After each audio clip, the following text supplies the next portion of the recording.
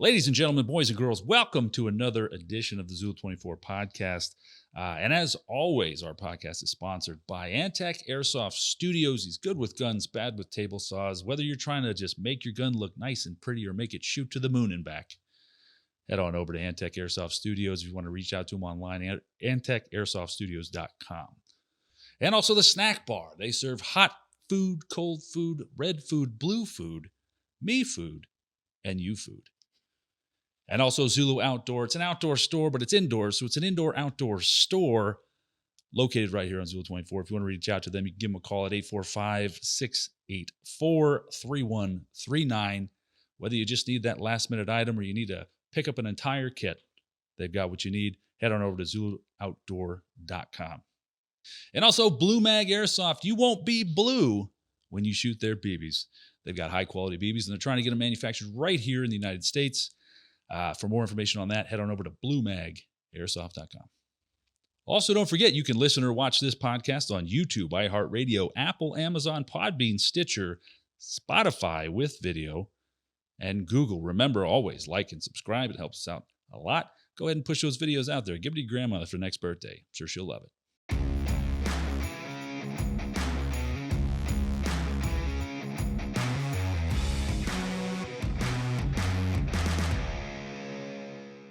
I have to preface all of this. I should have done this in the beginning. Zulu has a working relationship with AMS, 100% up front, right? They do Eastern Front and Airfield, right? Yeah. B, myself and Jordan were invited, so we did not pay for a ticket. What else? What else can I? That's some full disclosure right there. I want to make sure. Also, I paid for my ticket. Rich paid for his. I paid for my ticket. So that's the also the safety brief that we got was exponentially shorter. It was less based on this is how you play airsoft, more based on this is the specific things for this AO. Welcome to another edition of the Zulu 24 podcast. Today's gonna be a little bit different. We all just got back from American Milsim out at M.U.T.C. in Indiana. And we're going to sit down and talk about it. We have Rich Campbell with us, 20-plus year veteran of the Airsoft BB Wars. So cringe. Yeah, fighting the good fight. He's like a sergeant major in the Airsoft. Stop that. And then we have PFC Private First Class Anthony. That was like his first event at an AO that had like buildings and shit, right? Yeah, the other real AO I played at was Balcar, which was just woods. And some cool roads. Otherwise, everything has just been airsoft fields. So we've got the old and the new, and I guess Jordan and I encompass everything on the in between. So we're just going to go through and talk about our experiences, our interactions, our observations of the event that AMS put on, I think called Arsenal, at M.U.T.C. Guys, welcome. To the show. So let's kick things off. Real quick. Let's talk about travel. Traveling was getting back was terrible, but getting there was not bad. Jordan drove all our stuff with Sean. Not bad. Very easy. I went with Tyler. He came down to New York City, left LaGuardia. Met up with you, no problems. Yeah. Got the that guy Mark, the Sixer guy. That he actually helped us. Right. He actually helped us the other 2 days that we were stuck in the airport. Oh, good. When we came back, he was like, "You want to go to the DoubleTree Inn, and then you could go to the Hilton. It's over there." So like, remember this? The shuttle's over here. He was like he was clutch and. So that was the rental car guy. Yeah, the rental car guy that upgraded us because he's like, yeah, Tyler, you're not gonna fit in that the crew cab, whatever. It wasn't a crew cab. No, it was just extended. Yeah, that's what they're called. Yeah. But yeah, and then we had a pretty decent Airbnb that had like 5 bathrooms. Oh, it's amazing. And it was an old house. It held all of us, and it was actually on Google Maps, looked haunted. But then we got there, like, is this the place? And it was like all redone, so they haven't updated on their site or whatever, like what it looks like. And inside was fine. It had like modern, like really expensive, like washer and dryer, and like all the amenities and everything. It was fantastic. It was nice. It was a very nice Airbnb. I tell you this, man, and I've said this for a while now. Like, sleeping out in the woods is all fine and dandy when you're a young buck, but man, there's nothing nicer than coming back all sweaty and whatnot, and you go inside your Airbnb and there's running water and showers, and then you can wash your camis and stuff. So then the next morning you're all like pristine. That's my type of airsoft now. I've done all the hardcore stuff. Like I'm good now, man. Yeah, I feel you with that one, definitely. So Anthony, how'd you get down there? I was writing notes down. That's fine. Because I have a bunch of thoughts from new players. So anyway, cool. Driving down, it was me, airsoft drone footage, Tyler, Little Dave, not Big Dave, and my other tech, Ryan. We all split the cost of a van. Rich almost joined us before he got the plane ticket. And he was almost going to. We should preface this. We should preface this that like a month and a half, 2 months before, everybody's like, dude, you got to go to Arsenal, and I'm like, okay. How are we getting there? And I was like in the shop and everybody's there that day. It just so happened that everyone's kind of there except Sean, who already got an Airbnb. I'm like, how are we getting down there? Oh, I'm just like winging it. And like other guy's like, yeah, I'm winging it. Maybe I'm like driving it. And I'm like, dude, what? I need to know if we're going to have a car or whatever. And I was able to organize everybody. Okay, Dave, you're flying? Awesome. You're flying that day? Okay, me and Tyler will buy the tickets right now and we'll be able to hook up with you. Sean, I'm going to go in on the Airbnb. And he literally, okay. And he Venmo requests me how much. There you go. And then obviously he says, yeah, I'll take your stuff down. Awesome. Just don't pack like for Shelby for an MSW game that I brought way too much stuff. I brought like 200 rounds of tag-ins and a bunch of other stuff that was like way too much. And I did pack a little bit much for this event. The size to pack ratio, you kind of did the same thing. Because for Shelby, it was like Rich's stuff took up half the van space. And now for this game, Rich's stuff took up half the truck bed. But I always bring extra, and it just so happens that other people needed a gun or needed a magazine or needed a chest rig option, but nobody used that chest rig. But there was always options. So I always do that. And I come from an era where I had to bring so much, the guns were just so unreliable that like you just bring as many as you can. Because you just go to the trunk and just be like, fuck this big heavy paperwork, grab the next one. That's the same thing. Yeah, I mean, I brought 4 guns, and fortunately I didn't have to use anything other than just one. I chose to swap guns just because I was like, I want to run my block too, Yeah. But especially the guys I came down with, like if they had something go down, whatever, which they didn't, it was just like, here's a backup gun.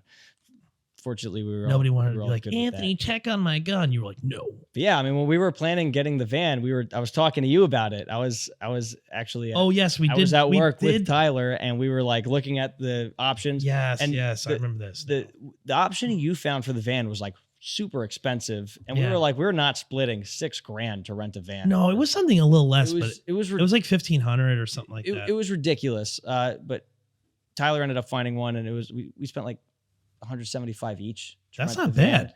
You guys bought plane tickets, and like we were able to bring our own stuff down. That's not bad.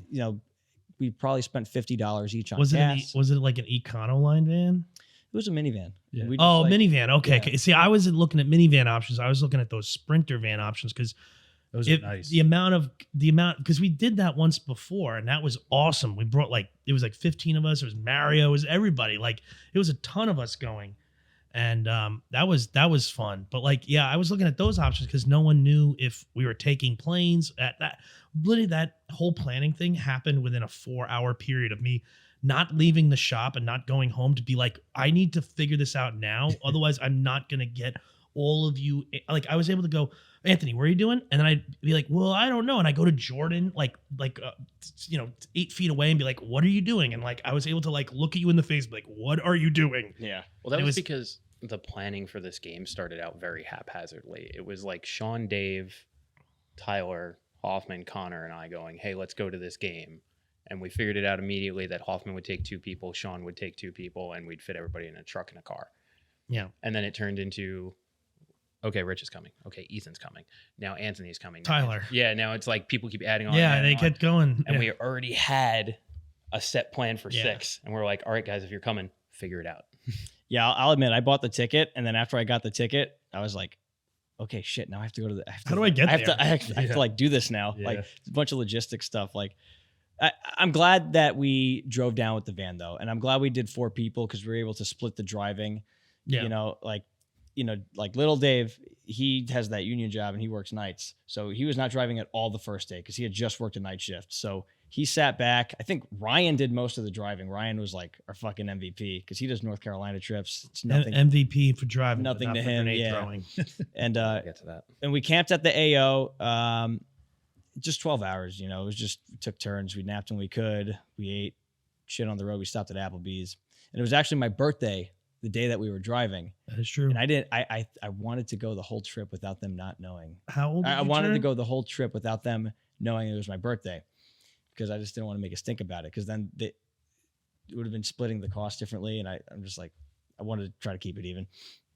But fucking at Applebee's, either Tyler or Ryan was on like Instagram or something, and Cass, my wife, fucking posted a picture saying happy birthday, and they saw it, and they look up and go, "Anthony, it's your birthday today?" I was like, "Oh shit, we're at Applebee's," and you know how they do it.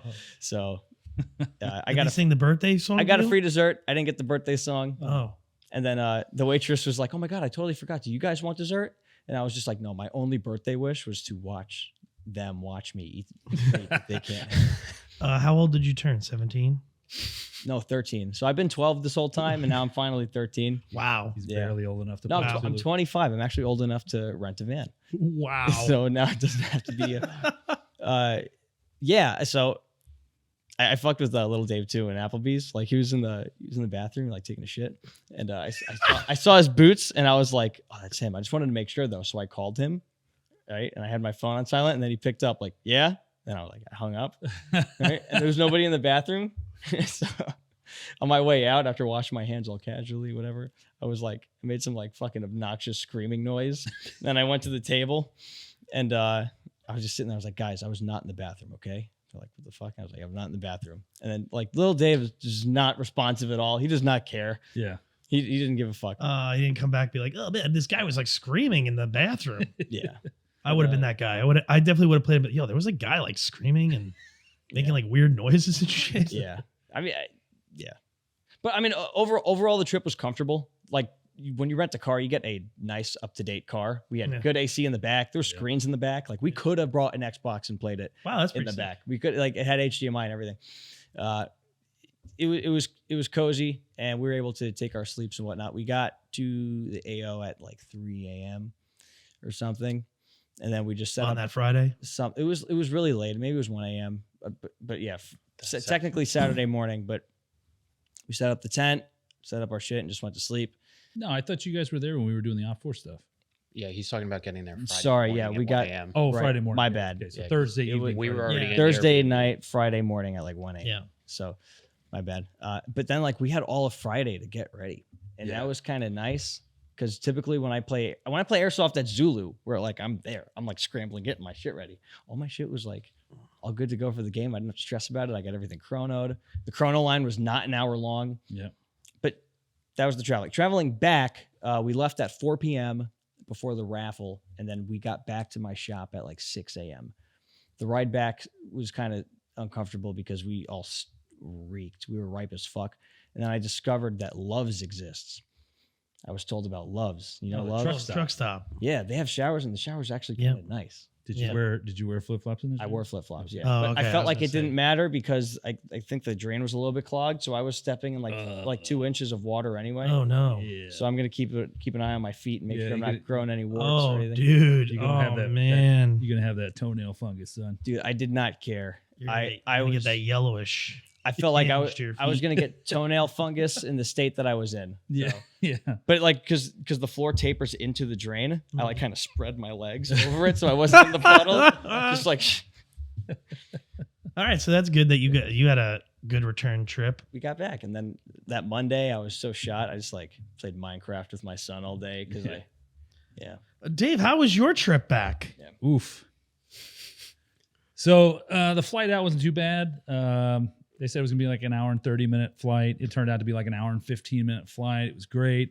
Basically, we went up, hit 33,000 feet, and then immediately started descending down, and it was great, right? And I was like, man, why haven't I done this for every event that's further away than 6 hours? Yeah. Perfect. We go to the event. We got the Airbnb where we can shit, shower, shave, and wash clothes. So this is turning out to be my dream airsoft experience, right? Morning beers, As you do. So the way out, everything was looking fine. I was keeping an eye on the radar. It was not looking great on the East Coast. Yeah. And board the plane. I got first class, baby. So my seat was A1, and it was this tiny little plane where there's 2 seats on one side of the aisle and 1 seat on the other side. I was the 1 seat, so I got nobody next to me. I could stretch my feet out. Man, life's looking good. Yeah. Then we take off. I've been on a lot of aircraft in civilian life, in a military setting. I've been on aircraft that had to, pull up and do evasive maneuvers before they hit 10,000 feet, it's the just in case stuff, right? This flight was different. So on the flight in, the flight attendant is a tiny little plane, right?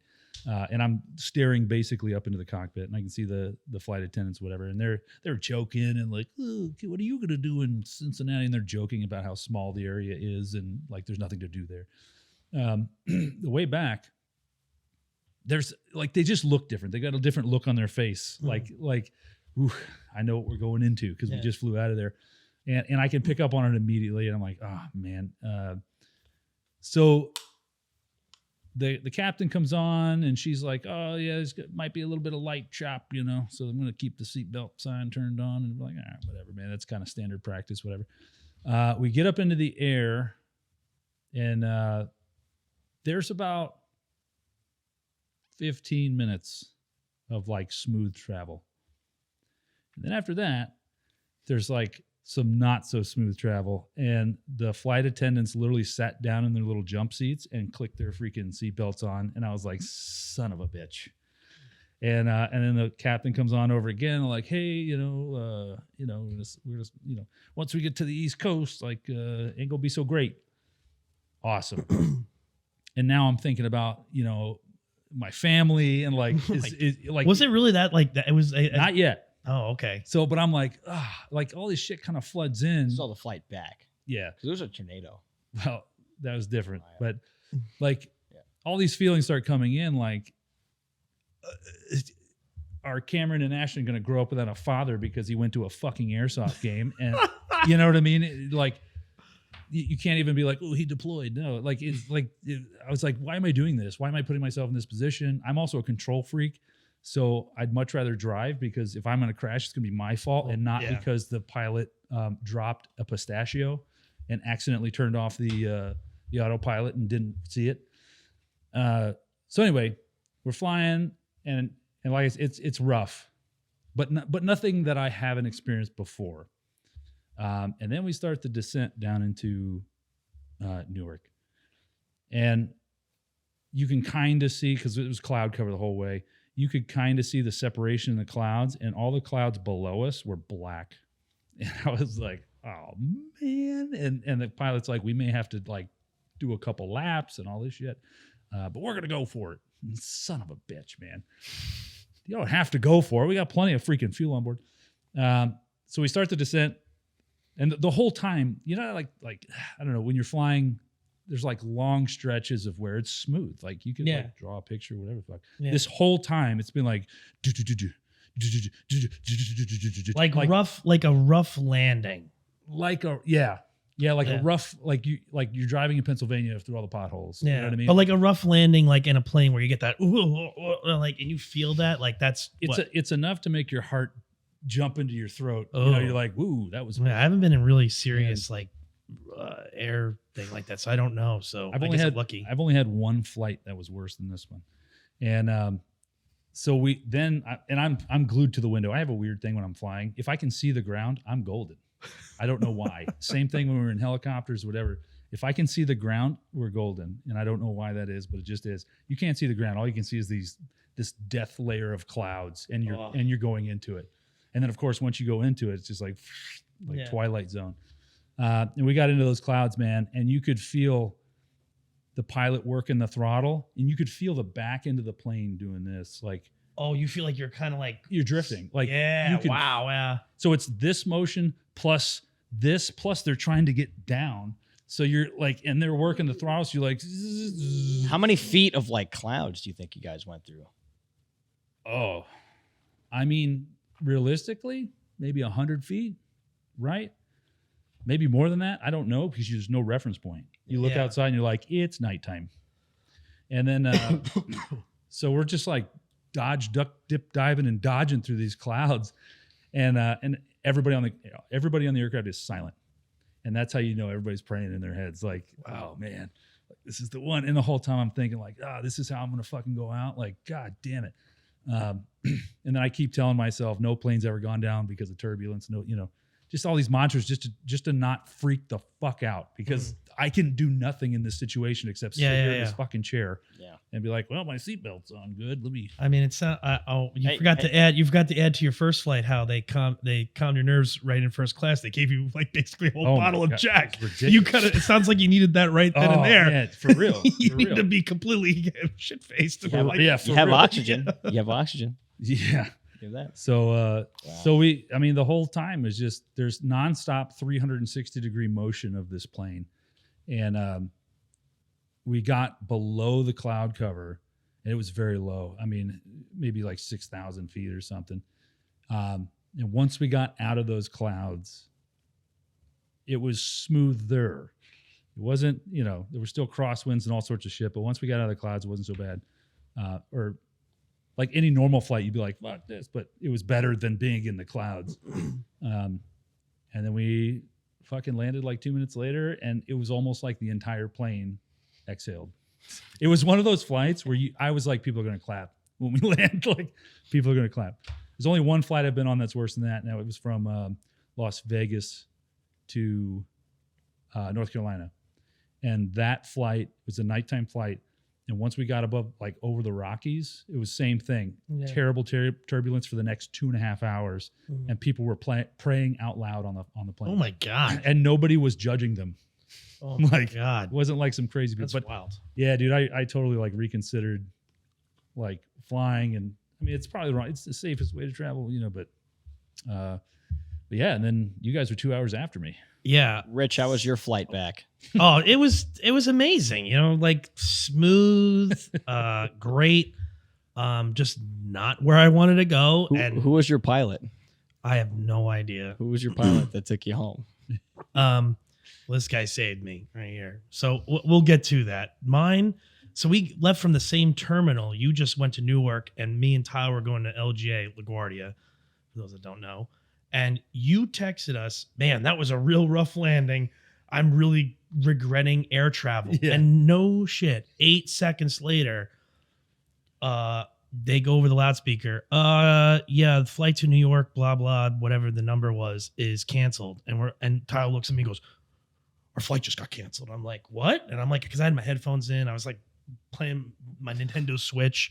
And I'm like, what? And then it got canceled. And we're like, what the fuck? What are we going to do? So we were going to rent a car. That didn't work. So they're going to give us a flight the next day. Like Delta automatically like gave us the flight the next day. So we're like, oh shit. Like there's nothing that we can find for a rental car. And we're like, all right, we'll go get a hotel. The hotel on the airport at CVG at Cincinnati Airport was like super expensive because they knew what was going on.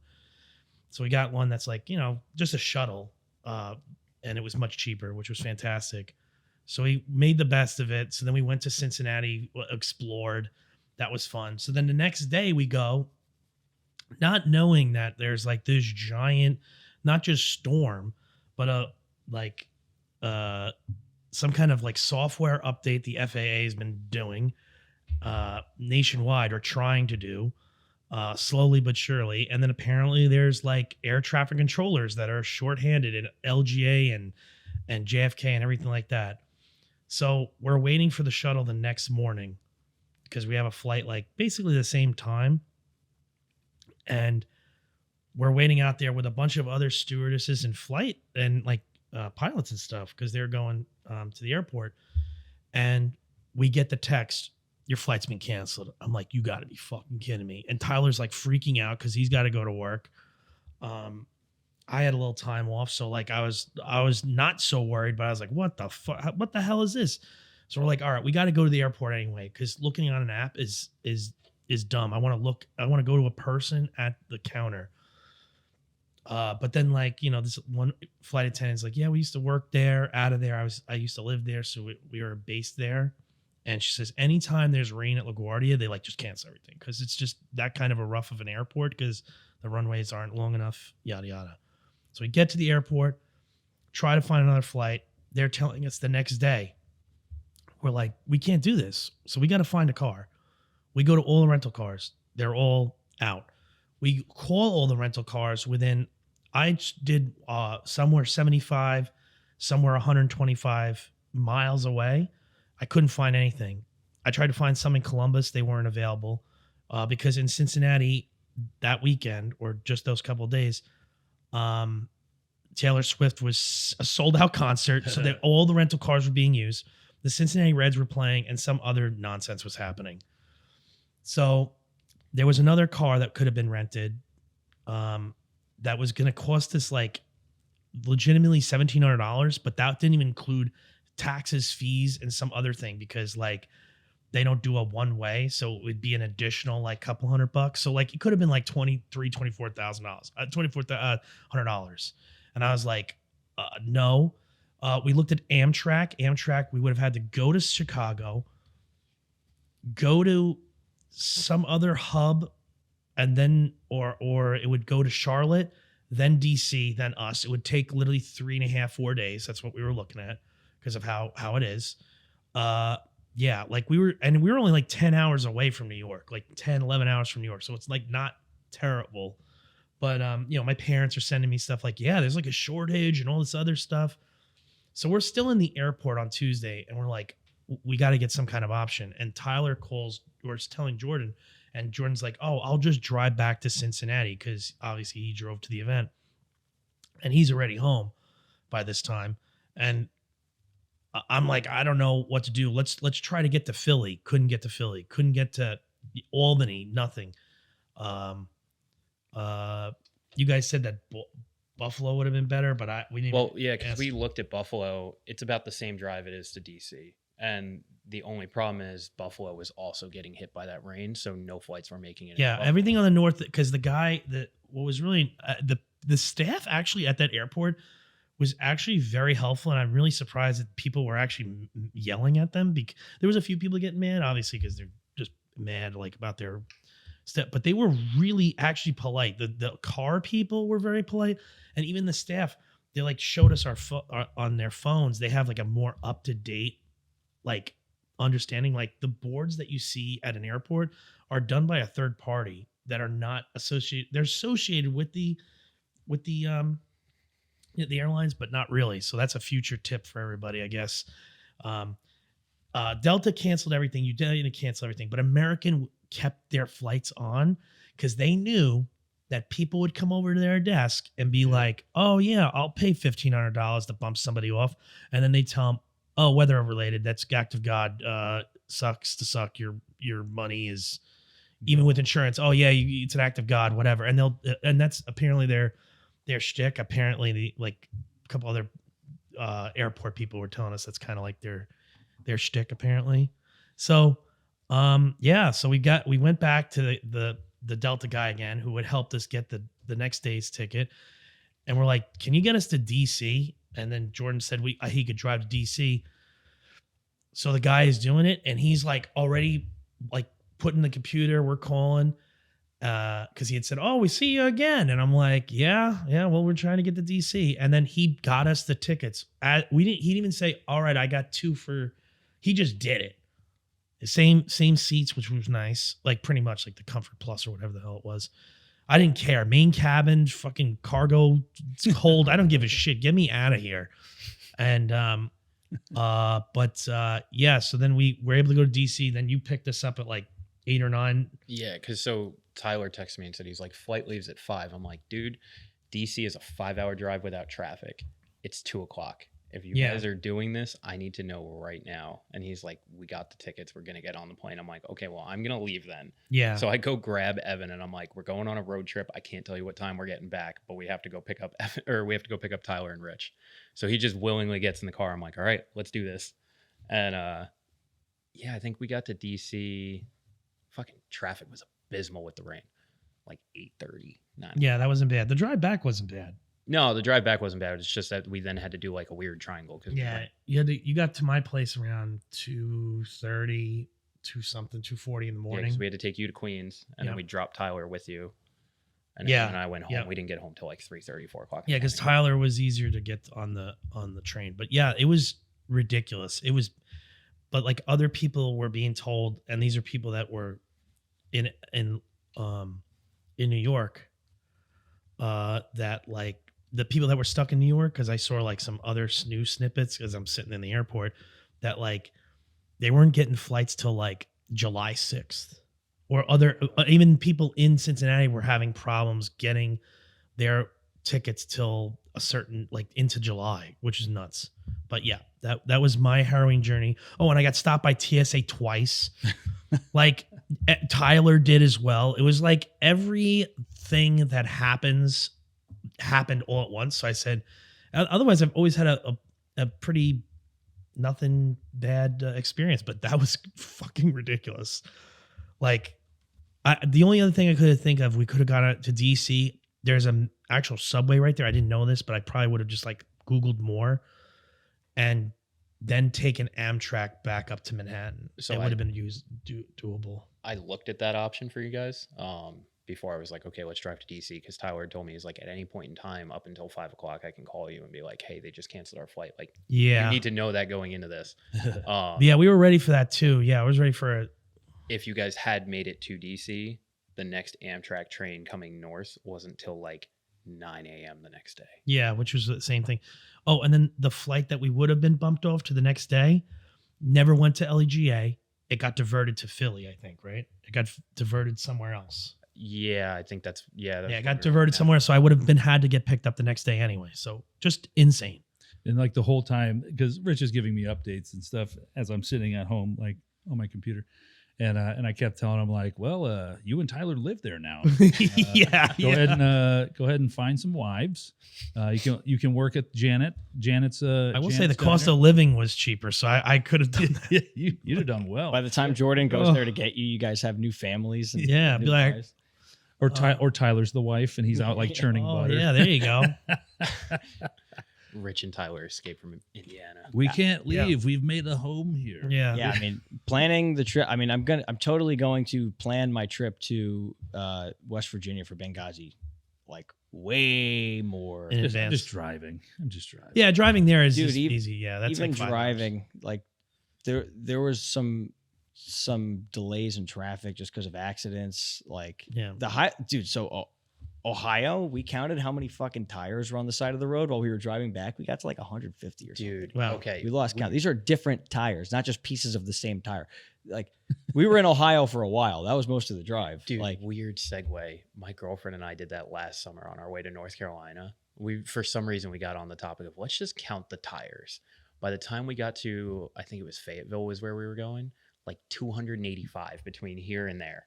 I think Tennessee, when we were going to Tennessee, Yeah. I mean, 90% of that drive is Virginia. And also, if you live in Virginia, you don't deserve a fast lane because you don't know how to use it.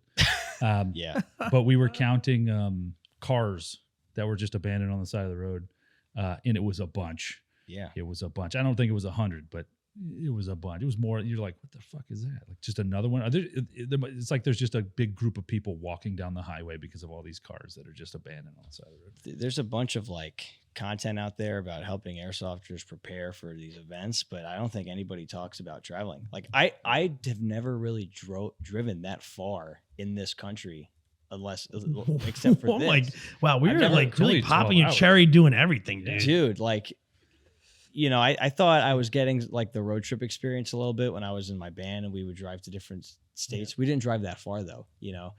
because we sucked. But for airsoft though, I'm a pretty Milsim guy now. 7 on pump one. Yeah, Uh, we had fun. But like, Well, I also want to talk about one thing too. A couple airsoft players on the way home got involved in some accidents, and they're all okay. And yeah. we just want to say that sucks, and we're sorry for you, and we're glad everybody's okay. Yeah. I mean, I again, I'm glad I traveled the way I did for this, having extra guys. If one of us, got sick, or if there was if anything happened that was unforeseen and unfortunate, we have the 4 of us. Yeah, a lot of support- to co-pilots and stuff like that. to support each other should somebody get hurt, if anybody's family has to get called or whatever, yeah. I'm glad we did that. the upside is, because you had brought up your trip to Benghazi, Panthera is a much easier drive, and it doesn't involve I-95 South. It's like I just half double the checked trip. before I opened my mouth. It's You take 80 all the way out. 81. Yeah. You take 84 to Scranton and then take 81 south. I've done that drive 5 times now. It's 6 hours. All you have Oh, to for know you is, guys it's 6? Oh Yeah. wow. I think for me it's 4. all Or you have 4, to like a know little bit 5, maybe like on the 5 end, is like depending on the time.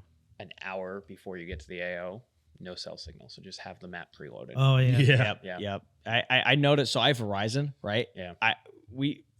There's so much of the country that Verizon does not cover. Yeah, I noticed that Yeah, but- this weekend. I was like, "What the fuck is this nationwide coverage bullshit?" I was Well, starting to get a little pissed off. I was now. happy with AT&T. Well, but your maps is run off of GPS, so that's all satellite. Mm, So what'll happen is it'll look all fuzzy, but your location's accurate because you're beaming up to a fucking satellite. So it was everything else I couldn't use. Yeah, exactly. Still amazing Music how little and all. signal I had. all right, so that's the travel. The travel. All right, so day 1, Yeah. Friday evening, you guys are camping, and we're doing Op 4 for the damn missions. Oh well, let's back up a little bit. Let's talk about the check-in process and all that stuff. Yeah. So You go first, Anthony. what's cool is I'm a contractor for West Point, and we did a trip in April to Quantico, and that was like a DoD site, like Muscatatuck is a DoD site. So yeah.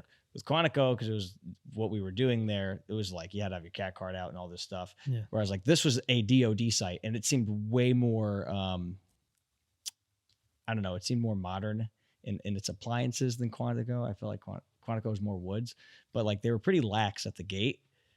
Obviously because they knew there was an airsoft event. No, Yeah. what did the guy say? Oh, you're here for the gay orgy or something? Yeah, like that? He something said like so- that. Yeah, The guy at the said gate said something.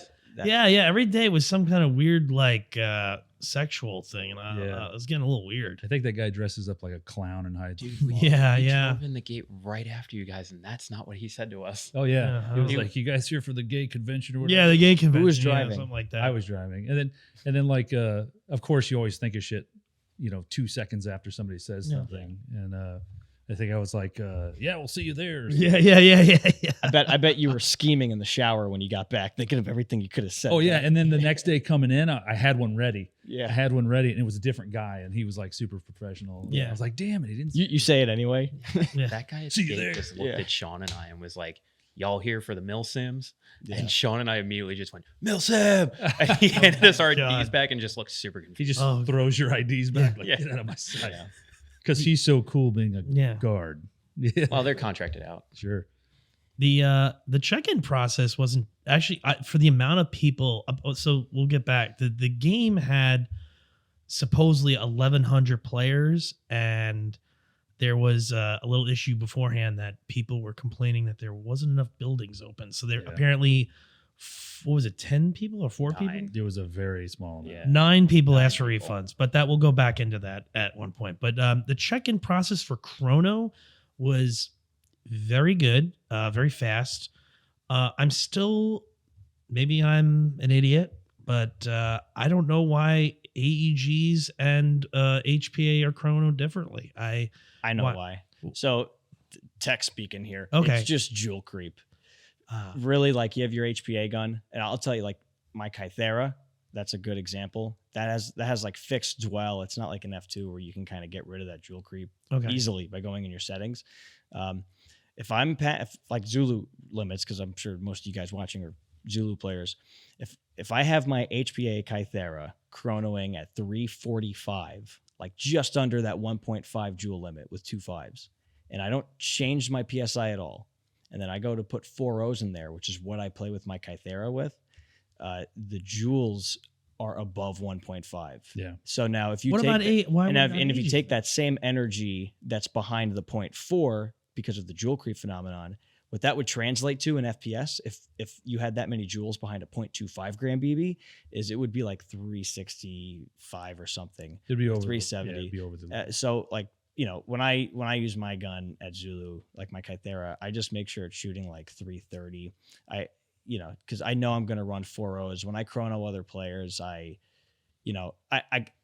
because we don't chrono by joules, I'll chrono their HPA gun, and I'll ask them what BBs they're using. And regardless what answer they give me, I still just like I make sure that they set their thing to 330 with 2 5s, because I know whatever, if they're going to run 3 2s or if they're going to run whatever, they are going to joule creep and they are going to be over that green tag limit. And when you have that your gun shooting hot thing going on, I don't think a lot of those. I think many of those complaints have some validity to them when they're getting schwacked really hard. Okay. All right. Yeah, So so- even it would not be settled if we chronoed everything in joules. No, It I'll tell would you be why. settled, but that's just a logistical nightmare to chrono everybody in joules. Yeah. 'Cause You have to. So I've looked into this as for Zulu, right? Okay. We're open every weekend. We chrono 300 people a weekend, right? It's massively expensive for a field to do that because I got to chrono with like 3 2s if we're going to do joules. right? Oh, you'd have So- to chrono with the heaviest. you have BB. to chrono with the BB that player is going to run. Correct. So the So other, you're complicating it, and Oh. players can still, like, it's easier to cheat that than Yes. Oh, normal so I'll be chrono. like, yeah, I use 3 2s, and they go back to their car and they're using 3 6s or 4s. sure. And so from my aspect, there's no aspect of chronoing in joules that I can control unless I'm spending 5 times the amount on BBs to chrono. So then I have to. So then the way around that, right, is to be like, Rich, what weight BBs are you using? Blah blah blah. Yeah. I have to trust unless I get a little scale and like, oh, where are your mags? So I can't control that. So I can't guarantee the safety of other players because then I have to trust your word Okay. on. And also if if you went with the heaviest BB on the market, let's just say like a 4 5, and chrono everybody with that would not solve the issue either, right? 'Cause then- that's super expensive. It like would, Dave though. said. It would. but um, if you well, did that, no, you'd- because not every gun on the field is going to shoot a 4.5 like that. You know, like there's a certain point where if you have a stock GNG, putting 4.5s in, it's not going to solve anything. You know, like most people aren't running that BB weight. If you really want to do things by joules, you have to chrono their gun with the settings they're going to keep it at when they're playing, which Yeah. means they can't go back to their FCU later and change their dwell. You know, oh, and being that stringent, I guess I'm an idiot. That answers my and question. I don't think that there's. I mean, I understand why AMS does it. Yeah, like yeah, that, yeah. You know, because like Fatco does the chrono for them in their techs, Yeah. so they're willing to spend a little bit more to have 3 2s, and they have a separate line for AEGs Yeah. and HPA as well, and I think that keeps the line going more smooth. They're also doing what on high end 7 to 10 events a year, Yeah. whereas Zulu's open every weekend, every Right. Saturday, Yeah. every Sunday. You know, Yeah, it just doesn't work. Out. You know what I noticed that was unique about their chrono line though? Is that there was nobody in it? Besides that, I don't know. I didn't chrono an AEG. I only did HPA guns. Did they have a computer for the AEG line? Because with the HPA guns, the chrono was linked to a computer, and they were reading everything on a computer as you were shooting. I didn't see that. My HPA, when I did the saw, Yeah. it was just a regular chrono, and the few AEGs I brought up were that. So Yeah. you must have went to the one next to the one that I was using, Yeah. and I didn't see a computer, but Because it was one of the nicer high-end Ace Tech chronos, but it was hooked up to like a Chromebook. Huh. And he was Oh. reading everything off the Chromebook as I was shooting. oh, that's you, nice. You 'cause- can do that. I'm sure they just do that because it's easier to read that screen. yeah. It threw me for a loop because I was just like, wait, you're not even looking at it. You just Yeah. pointed at the computer. I'm like, oh. It's also a good backup in case somebody accidentally shoots the screen out. Doesn't completely halt up the chrono line or Yeah. fuck All you right, makes over. sense. but like the Chrono line went really smooth. Yeah, It was fast. surprisingly. It was Yeah, like 5 minutes. Same thing with check-in too. check-in I mean, was fast. we- Check-in was fast. we My rocked- name, and that's it. we walked right up to the booth or whatever. Yeah, And there was especially- people, and there was enough. There was like it wasn't like 1,100 people on a line, but it was people moving around between the parking lot and that. The safety briefings for the dam mission and one of the last safety briefings overlapped, so we had to like go to the one. I was at that safety brief. I saw you guys all walk in on the back, like the cool kids in class, like, yeah, we're going to sit in the back and write school is for chumps on the desk. And then like all you guys just walked out right before the safety brief. And I was just like, Yeah, and then we had to. I guess they're watching But then the we got safety brief. then we got another one later on from the staff. Like that was just a little bit of the late people.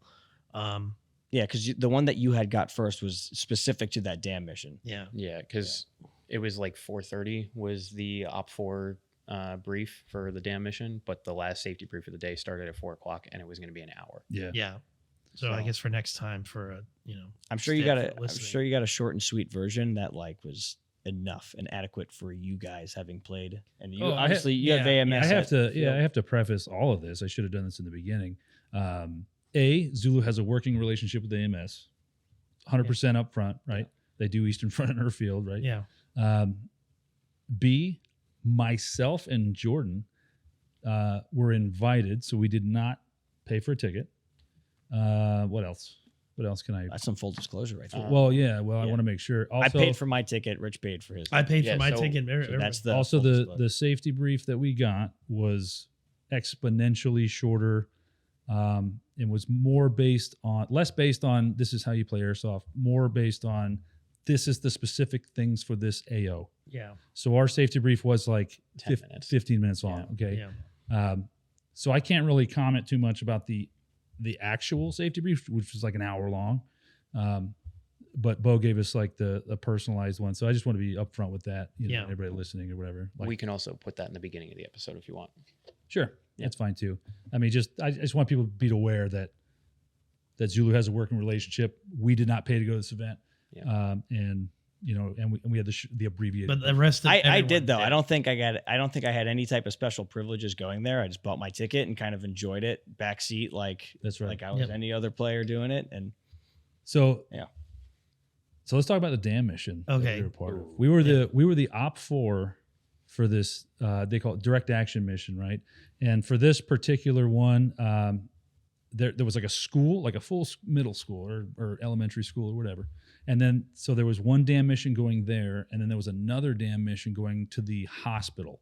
The hospital, by the way, was like ridiculous, like 6 stories or 5 stories. Yeah, it's or 6 something. stories, multiple entrances, and a working elevator. Oh yeah, That works. it was wild. That Like works. still fully furnished. I didn't see that. I was in the Yeah. bottom floor of the hospital at one point. I saw I medical equipment and I was like, that's Dude, cool. If Yeah. you went upstairs, like all the rooms still had beds. They still had Oh, yeah. monitors. yeah, they had like the counters and gynecological everything. stirrups. Like it was really weird. It There was was like, creep show. ER and ICU. Were medics like, doing ace bandages in there? No.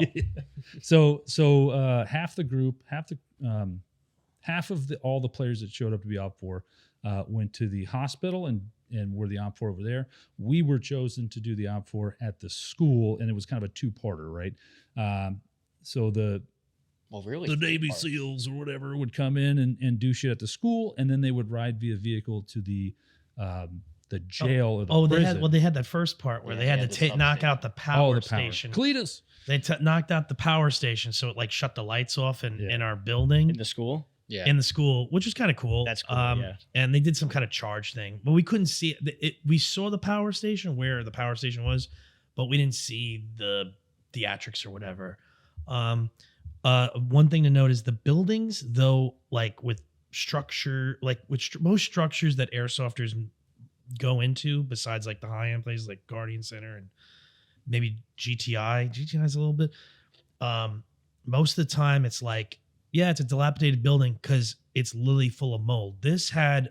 It wasn't moldy. It No. wasn't anything like that. It just had furniture everywhere, Looked and like it it was just from the looked like 70s. beat up a little bit. It's like if all the staff put their shit down and walked out, and then 5 years later, Yeah, just basically. dust. It was Yeah, just dust. yeah. Freaking awesome. So they had to attack us. Me and Jordan are in the basement. There were 6 of us or 7 of us. You were the HVT. You were That's the right. high the guy they had to interrogate. And we knew what they had to do, where they were gonna go. But me and Jordan, Oh, the way yeah. that they sealed off the basement was not how they originally told us. So like they walked right past us because they like gated up to like Yeah. have the traffic. Slight So- gripe with that. Yeah. So yeah, that was it was actually very fun. I had a blast. Yeah. I was using my MP5. I had you borrowed my other Tokyo Marui MP5, and then Tyler borrowed the other one. Three MP5. So it was worth overpacking. Yeah. Because his 30-pound Lambda Mark 48 is just a big, heavy fucking paperweight. Yeah, Yeah. I think it was nuts. And then we got to talk about how like what a creep show it was when the sun went down. Like Oh yeah. being inside that building, it's all like long. It's a school, right? So Yeah. there's like a vestibule or whatever, and then there's just long hallways. And I'm glad that we were on the third floor. It was me and Hoffman and Connor. And I'm glad they were there, because if you had to like be in there by yourself, your mind would just play tricks on everything. And if you stood in the right spot, dude, you could see all the way down one hallway and all the way down the other. And that's just where demons come out. And like, Dude, the prison was like that too at night, and that was like, dude, I swore me. It was me. We snuck off Saturday night right before going to the parking lot because we just wanted to explore the prison because we didn't get to do it yet, and it was just us. And it was terrifying. I took some pictures. Like we got to the basement. There's this like fucking interrogation looking corner. Yeah. It looks like they had chicken wire, this fenced off corner, and then there's just water on the floor leaking out, and there's a chair just there. Like, and then there's these big jugs. So like it looked like somebody was totally getting waterboarded in there. It was terrifying. Like all the prison cells worked, and then there was this one like little like bulletproof glass squared off like office that had this computer in it. And it was a fucking Microsoft sign-in screen, totally DoD. They're using Windows. Yeah, So- right, It's terrifying. so they came to the school. They, we were instructed not to like blast the shit out of them, right? Yeah. Sean was playing scary music on his little like Bluetooth speaker. It was it was a little girl like Oh, being well. like, "Hello, help me." And We got told to change that. yeah, it was- Yeah, we ended up changing it to a 1-hour loop of Battlefield 3 radio transmissions. yeah, So it was like the static, the feedback, like the best way to describe it, like the opening to Generation Kill. yeah. Like that was what we changed it to because the crying baby girl was too. It was not on nerve wracking. brand. Yeah, it was nerve wracking. So they came in, they cleared us out. It was pretty uneventful. I will say this though, when they all came up to the third floor finally, and I watched Hoffman and Connor get blasted, I'm like hiding. I have a pistol. That's all I have. A pistol and a map, right? The map is the intel that they're supposed to get. And I'm like, I can't go anywhere. It's a one-way, or I'm sorry, it's just like an offshoot, and I can't fall back, and I'm certainly not going forward.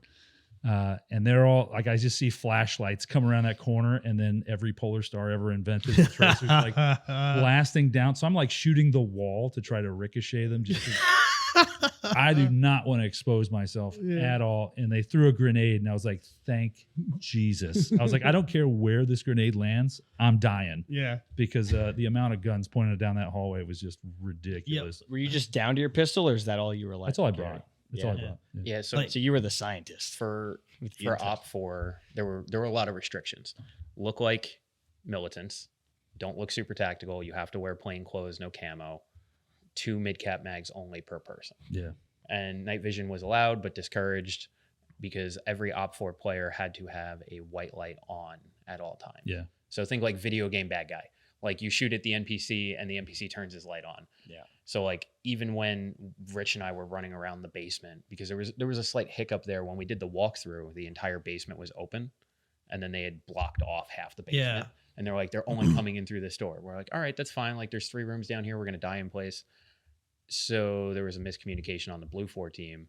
They came in the wrong basement door. So now we're on one side of the basement. They're on the other side of the basement. It's blocked off. We're all just kind of looking at each other like, well, we can't really shoot each other through this. I shot a couple of rounds and they ran past. Yeah. And then like we were throwing grenades, and then like I think once they killed the guys on the third floor, you guys, they came down. So me and we're on the second floor, which is really, well, actually it was the first floor because that was the third, something like that. And literally guys came down, they're like, oh man, we're totally done. And then like me and Jordan just lit this one guy out. He fell on the ground. When we were using tracers, so like Yeah. it looked pretty cool. Like when the tracers like go against the building, it would like shatter and fragment and stuff. Because it was like in that moment, it was kind of confusing because they told us like, hey, when you guys die, after everything like calms down, just come up, we'll meet in the, the entranceway to the school. We're like, did they leave? Because they didn't come down here and kill Yeah, us. they didn't come. So we're like, what do we do? So we just walk up the stairwell, like tactically, like in the event we get into a gunfight. Yeah. And we find Tyler and Sean and that Sisu woman who was the combat controller for the OP4 team. And they're like, no, they didn't leave the building yet. They're still upstairs if you want to mess with them. So we waited in the lobby till they came down, got into a firefight, ran back across the school and down the stairs. Those 5 or 6 dudes that were on the wrong side of the basement were still down there. Oh yeah. And then I was like, Jordan gets killed. I'm like, oh Billy, oh no. And like they just started shooting me, and like, then I fell on a rock and it like hit my hip, and I was like, oh, this is not good. I followed the Dave approach because we got really confused for a second. I guess the Blue 4 team, their call sign was Zulu. Yeah. So they're like, Zulu? And I'm like, nope, wrong one. So I just start shooting and turn around. As soon as I saw the frag grenade roll into the room I was in, I was like, thank God I did not want to get shot by a Polar Star. Well, and they were hyped up, man. Yeah, they were. Especially very by the good. time they made it to the 3rd floor, dude. They just breached the front entrance and But got they into would a fight. breach. They would breach, but then not look around. Oh, yeah. So you could like, Yeah. if you hid in a corner, you were like totally fine. So, but I was like, if I step out, I'm getting railed Yeah. by 6 guns. Yeah. Polar Stars, it takes nothing to pull those triggers. And I was like, no, please throw a grenade. Please throw a grenade. My experience of the damn mission was me, Ryan, and little Dave and Tyler were at our tent at a table that we got at Walmart. And we were playing. Ryan has these like plastic playing cards. So we're just like playing cards through our night vision. It's really hard to see it. So we're like fucking with our focus, right? And then we just hear a bunch of like bang, bang, like screaming and stuff. Then eventually it stopped. And then we watched all you guys just like go to the car, and the car was just gone. So, yeah. Well, so that's the second half. Yeah, that was the second half. So. All right, so they take over the school. They shoot, or I'm sorry, they blow me up, and then like I clearly have this map in my hand, right? And so I'm laying there dead in like this awkward position, but I have the map like look what I have, And they walk all around me, and they're like, oh, they pick up this bag that's been there since 1950, and they were like, oh, what's this? Oh, it could be booby trapped. Oh man, And they're like looking through it and everything, and then it took like their member of staff, who's like their commander, or whatever, to come over and be like, hey, did anybody check this guy? And I literally have the map like right here. Oh, that's fucking hilarious. Hey, did anybody check this guy? Oh my God, what's in his hand? Maybe we should look at that. Like it took that. It was pretty clear. And then the map just had like the jail circled or whatever. And then they busted out of there. So then we wait for them to leave, and then we all mount up in trucks because we're going to assault the jail. Yeah. This was by far, like, this was so much fun because they literally told us, like, hey, when you go in there, be loud. We want them to hear you coming. Yeah. So how that translates to some airsofters is, Yeah. as soon as you get in the door, just start screaming. And so there's like 15 of us, just Yelling. like the dirtiest clear ever. Yeah. It's like bad guys from a Chuck Norris movie. Yeah. We roll in there just like, we're just throwing grenades and shit. Yeah. Oh man. You and your friends are dead. Yeah. Oh, It's I like, know yeah. Tyler one hand the MP5 over his head, walking down the hallway with like the worst Brooklyn accent, yelling at people, "Hey, yo, get out of here! We're here for you!" And he's just got the MP5. It was over really his head. bad. Like we really went over the top. And then like I remember we didn't find anybody. We're like banging, making like wacky noises and all this other stuff, Somebody was and beating nothing. a water bottle on the stairwell. Yeah, and then we go up to the top level of the prison, and there's one guy like sitting in the room by himself. And we're like, there's a guy in here. Oh, we're like yelling, and the guy's like, oh, Yeah, but there's like, and we're like, and then we're told, forget that guy. So we all run downstairs to the actual jail cells in the basement, yeah. where these jail cells were like the legit ones, where it's like computer controlled, and like if you got locked in there, you're fucked. You're screwed. You're no good. And so like we're all standing there, and I'm like, all right, I throw a hand grenade, and I go out and I just start shooting the walls and just shooting like up in the air because I'm using the MP5, and I'm just like, whatever. I die. Then you die next to me, and then Connor dies in front of me. And then obviously to be more dramatic, because they're like over somewhere trying to get like whatever they're doing, I just start continually shooting. I was like just shooting in the sky, and they're like, oh my God. And Connor keeps getting hit more. And he's like super pissed as I'm like, oh my God, you're not going to take me alive. I'm like throwing hand grenades like near us to just simulate more stuff going on to keep it interesting for them. Because otherwise they would have just killed us all instantaneously from running, and then nothing would have happened. So we were just like creating more of an atmosphere. And then finally they left or something. Yeah, so the whole point of that, they were rescuing like an HVT from the basement, and then there was a tunnel, three-quarter Yes, tunnel. that's right. The That tunnel. connected to the next building over, and they were supposed to take him through that, out through the basement of the building across, and then exfil on these trucks. Yes, because we followed them in the tunnel, which was kind of cool. And Which then we we're like, weren't no, supposed to do. And then don't go do that way. Go the other way. And then we ran upstairs, and then they're about to leave. And then we run out like totally like 80s style, where somebody would just with a machine gun could have just killed us all. We just run out there like, ah, and then like just totally get murked, and that was it. It was totally wild, but that was fun. That was a lot of fun. So I wish I did the damn mission. It was a lot of fun because you were playing a character, right? Yeah, There were a yeah. couple Op4 guys that were like pieing corners and shit. Like they were trying to get their kill count up or whatever Yeah. the fuck.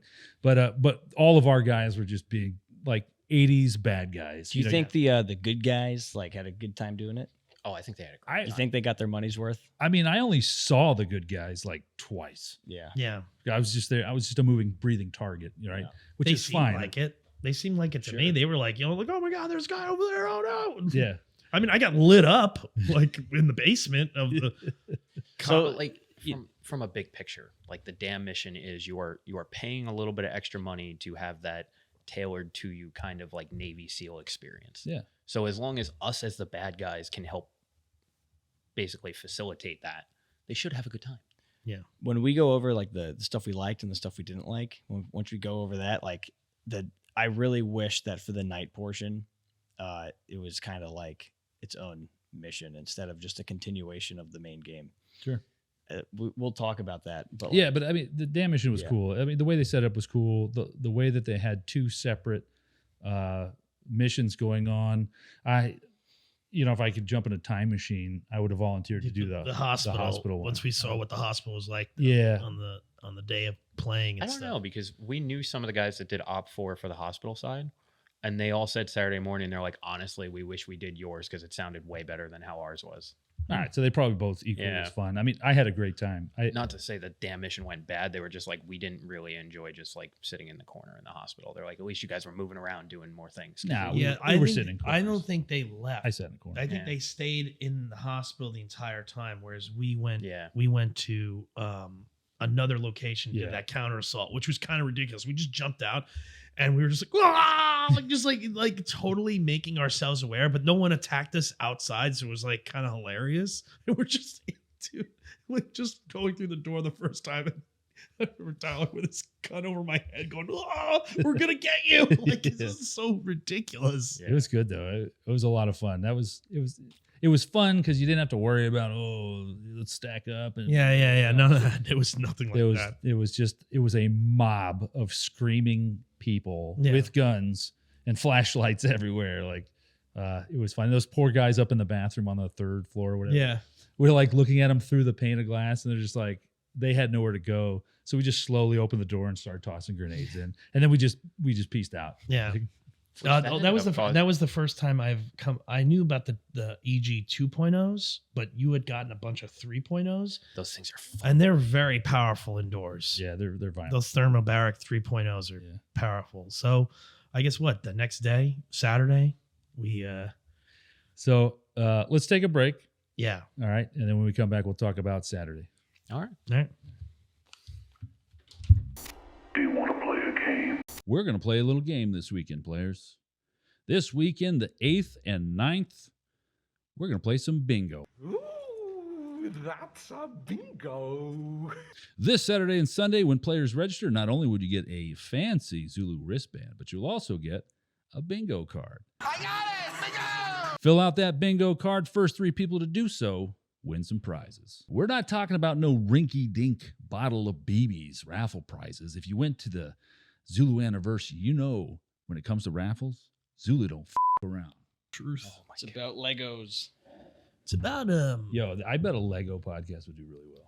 I think, dude, one of the things I wanted to do, because we stopped at Walmart before getting to the AO, I wanted to get like a little Lego figurine and like actually build it, make it a little bit delicate. And I wanted so badly to like be next to you during a firefight. Really? And when shit's going crazy, I wanted to just like stop and look at you and very calmly. Oh, that was hilarious. I feel like you would have been like, get the fuck out. Just so you know, actually, we did stop for at the Target for Legos because I wanted to see if they had anything, and then I picked up the T-Rex arms pistol thing. Oh yeah, the that thing's shell-ejected. awesome. I'm gonna 3D print shells. for Yo, you then we you can like just- literally go bum bum bum bum it'll- and just keep firing like mag after mag. I'll print a whole sheet worth That would of be- shells, and it'll cost like 20 cents. The only thing is trying to find mags. It would be great to be like, Yeah, just I like, forgot. It's in my car.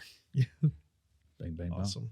And we're back. We're going to start off by talking about day one, I guess. Like technically for us, day two, but Saturday. We're going to talk about Saturday. Do we want to do like just overall good list and then the things we would want to change list? Yeah, I mean, because Saturday, the game started on time. Yeah. I think like Yeah. everybody was kind of organized. They had signs for which unit you were in. I don't, it was good. I mean, I could definitely say like for having 1,100 players, that part they did well. Mhm. The game got started. I mean, it was fine.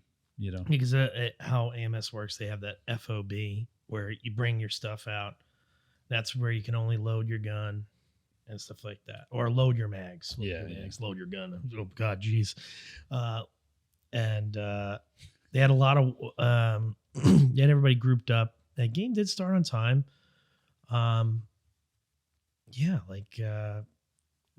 The first thing we did was we went, because everyone where we were, if in I guess post edit, we were put up on the map. we were on the east side of the map. So like where more buildings that are more conducive to airsoft, and we'll be saying that a lot during this. We decided, or Dave said, you know what? All these guys, they're just gonna run for these buildings. Let's go into the woods. Yeah, we went into the woods, and then we went into the concrete jungle, like legitimately a jungle of broken down concrete, like giant blocks of like what they would use for making sewers and stuff. Like culverts, Jordan almost died getting Yeah. hit in the shin. I almost got impaled by a 5-foot piece of rebar, smooth rebar, mind you. It wasn't even like ribbed or anything. So it wouldn't have been ripped for your play. No, it would not have. It would have been a very smooth puncture, and I would have been able to like just come out and been like, ugh. But like, we were all like gung ho about this flank, and then we didn't do well. We got our shit pushed in, is what happened. We did, but I will say this. Afterwards, I realized that we had stopped this main advance on this road that would have gotten into that building, all the buildings that everyone was running to. And then basically when we all died, we walked back to the fob. Oh, it was all green. So it was actually like useful that we did that, because basically where we fought, Tan would have had to next position would have had to go on to open ground to some buildings, and all those buildings were actually with green on the outside and inside, and you were just going into an open field, and unless you like literally run with like 800 people at a building, you're killing everybody. Yeah. So yeah, our BB lives weren't in vain. Yeah. We stopped any sort of advance that would have come. We delayed it, And it was so- fucking hot. Oh man. When was hot. when it was time to like leave the woods and actually get into the scrapyard, Yeah, that's where it was, the scrapyard. Our, that's right. our idea, our strategy was like, we're gonna all right. Now's the time. We're gonna push in and flying V it. Yeah. kind We're of. gonna do a flying and then V. and then Yeah. and then the moment we push in, it was like, oh shit, you know. And I turn around and I see Jordan just like just like fall, and this huge piece of like concrete like rolls onto his leg, and he's down. And we're like, Jordan, you okay? He's like, give me a minute. I was like, oh my God, Jordan like fucking broke his ankle. We're 0.2 seconds into this fucking game. I heard the Crazy. thunk, man, because everybody was stepping. There was only one way to get through the pile of rubble, Yeah. right? And like 4 people in front of us stepped on that same giant piece of concrete. So Jordan goes to step on it, and his luck, that thing rotated like a medieval fucking trap. And I heard the thunk of that piece hit him right in the shin. And I was like, oh, fuck. Like usually at this point, I'd be like making fun of Jordan, like, oh, you can't even walk, whatever. But like I saw and heard, and I know I did construction for a long time, so I know how much like concrete weighs. And I heard that thunk on his shin, and I was like, oh, like he could actually be hurt right now. Like, are you all right, man? Like BBs are like whizzing past us, and everybody behind us is like, go, go, go. And I'm like, stop. Are you okay? Like this could be a overworld here. How do you feel? Besides the fact that it put a pretty gnarly gash into my shin through my cry, it hurt like a motherfucker for the next 2 hours, but I'm okay. That was the other thing too. Jordan was just silent, and like his face was deadpan, and I'm like, he's absorbing pain right now. Yeah. Like that's. Well, when he said, give me a minute, I was like, that means he doesn't know if he's hurt, or it means like he knows he's hurt and he just has to calm down for a second and like deal with it. Like, I did not know how bad it was in that moment, so I'm like, just give me a minute. Let me figure out if I'm able to walk or not. yeah. It was of it. It wasn't the serious Jordan that I typically see. It was a different type of straight face Jordan. Some kid fucking stepped on it too right after that. Yeah. Because I like pushed it off of my leg and was like, all right, how bad is it? I'm like rolling up my pants, and some kid tries to step over me, and instead of stepping over me, he steps right on my shin. I'm like, Oh my get God. get off me. And he realizes, he's like, oh my God, there's a person here. I'm like, Oh. just go. Will you please just go? No, it was fine. You weren't that low to the ground. I can't believe he didn't see you. I think we were just in a bad spot. Yeah. And so everybody's in that airsoft mentality. Like, we need to get the fuck out of this spot right now. And you did the flying, they said, call that a flying V. I ran with you. So did Sean. Everyone else stayed by the cars and just was shooting. And and I'll stand by this. Yes. It needed to be done right then and there. there. Like, we couldn't wait and be like, oh, wait, we got to set up. Like, No. we would not have survived either way. However, we would have pushed that hill and made them have to react to that. And they may have reacted positively. They may have reacted negatively. It was a chance. But us just sitting at those cars would have just been. Because I was chucking hand grenades over that hill. And I was like, So I was like, all right, we're doing this flying V. We can't get them at this mound because that's where they are. And I'm like, woo. I feel like Tan was already posted up. To a certain degree, yes. There was like they a also few. had the woods, and I thought it was just level ground woods, right? And then one of our guys gets hit there. I kind of get close enough to take a peek, and I realized that once you get to that tree line, it's it's a hill. So you're getting like, lit up. I was like, this is some serious terrain. Oh yeah. It was good. It was fun. I mean, getting our shit pushed in wasn't fun, but it was fun, and I'm thankful for those who followed me. Yeah. Tyler and Hoffman got halfway into there with their saws, man. They did excellent. Oh yeah, and we got to remember that we were with the Augusta boys, Bo, Bryce, and then I met the younger brother, Parker, and they were at the cars, and then like, dude, it just turned into classic airsoft. No matter, everyone had a plan, and it just failed, but it worked because like legitimately, I think that set the tempo for the rest of the time. Because like literally they stayed in that woods, and then they had Olive Green had those buildings, and it was not easy to get to those buildings unless you like literally just sent a human wave. But like you said, they were on that mound. There was like 5 of them, and we should have pushed right then and there, but we were like, oh, maybe there's some guys in these bushes and stuff. Would have been totally different if it wasn't 1, hot out, and 2, like middle of June where like the foliage. If it was like wintertime or like no foliage, you would have been able to see into the woods and been like, yeah, there's no body over there or whatever, and that would have been it. I don't think we're accurately describing how freaking hot it was too. It might not have been in the 90s, but the humidity was well above 60%. I looked at my phone and it was saying 89. So Saturday, the forecast called for temps above 91.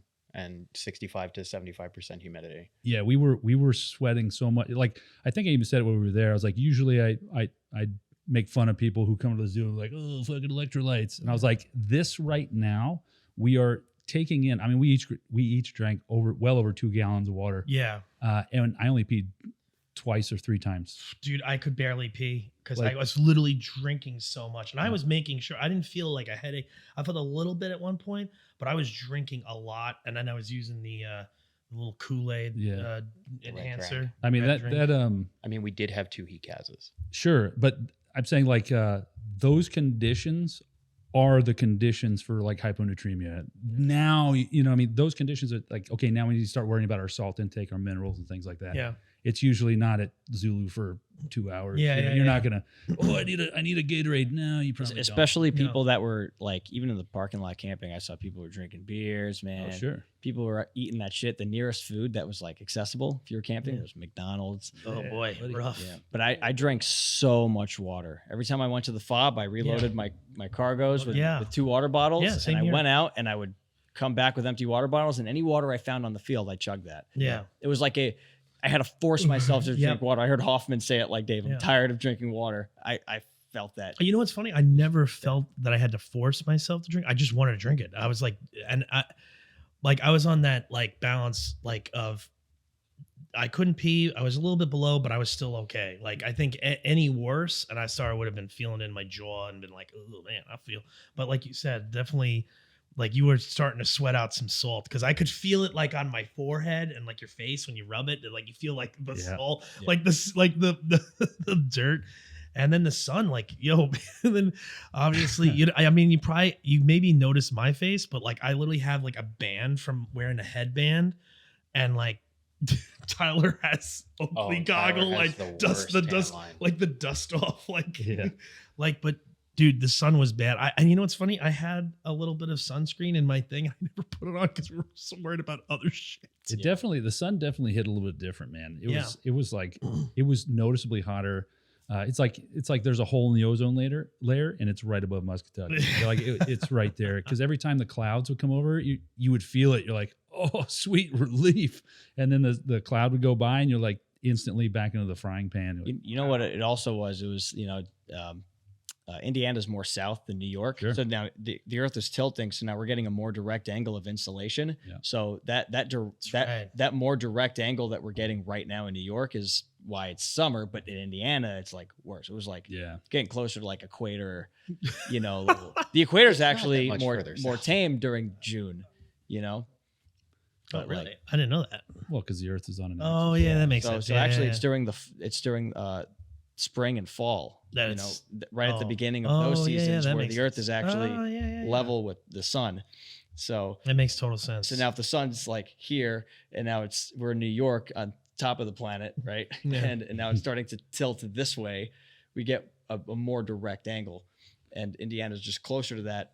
Even more. You could feel it, regardless of how or what's happening. Yeah. You could feel it, and like I have those rug burns on my hands, so it's like fresh, brand new Yeah. skin, and it's just roasting in these Yeah. spots. It's Yeah. like, yeah, my forearms were like burning. like Sunday, I didn't wear a hat or anything, and I had my blouse like unzipped, and I have this ridiculous Yeah. Yeah, same. Guido freaking thing. on it. But all right, so Saturday, right? It's hot. We get our shit pushed in. And we go back to the fob. Go back to the file. Take a break. Yeah, you had to. You Yeah. had to. We took water. We were like, dude, this is because the into the woods. It wasn't Oh, just yeah. flat. It was actually what's funny is that part of the field was not flat. The rest of the field is flat. Yeah. Yeah. So it was like, so we were actually doing a little bit of like a little bit of mountaineering a little bit in there. So we got some more water. Hoffman's gun went down, so we waited for him to go to the to the car to go get another saw or fix it or whatever. And then he came back, and then we went to the buildings where basically you couldn't go in them, but they were just giant barriers. Yeah. So Yeah, we did that next. And then Connor's grenade throwing came in clutch.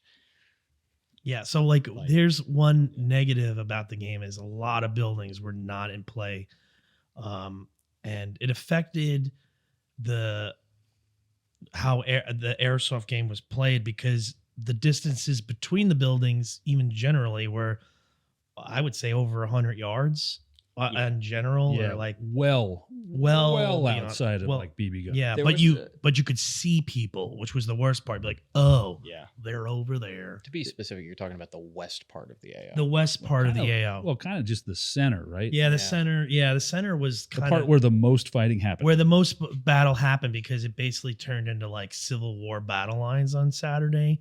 Because and a lot of the areas that were like conducive to airsoft like didn't get used at all. Like the hospital, that whole eastern part that's like The carports. the carport where like everything's like It's like a rubble street. rubble that place street is and so cars. cool. It's so It's ridiculous. almost like a small town within a town over there on Yeah. the other side. yeah. Now, we were talking about it on the way down. That's the part of the AO that Lion Claws used to use. Yep, and They were I games. played there before twice, and that's what you can have in that area. You could probably have about 500's pushing it, but like 400, 200, and 200 easily. Yeah, definitely, because there's that multiple story one that's like that the broken down one that we Yeah. like explored on Sunday. That what's nice about that one is the staircases between levels were in different areas of the floor. So it wasn't like typical building structures where it's like, I'm on the 5th floor and I could just put my gun down here and I could shoot all the way down to the bottom floor. You couldn't cover all of them. You'd have to have a guy on each floor covering each stairway. But yeah, when we started moving towards that way, because like, yeah, let's go where the battle's happening.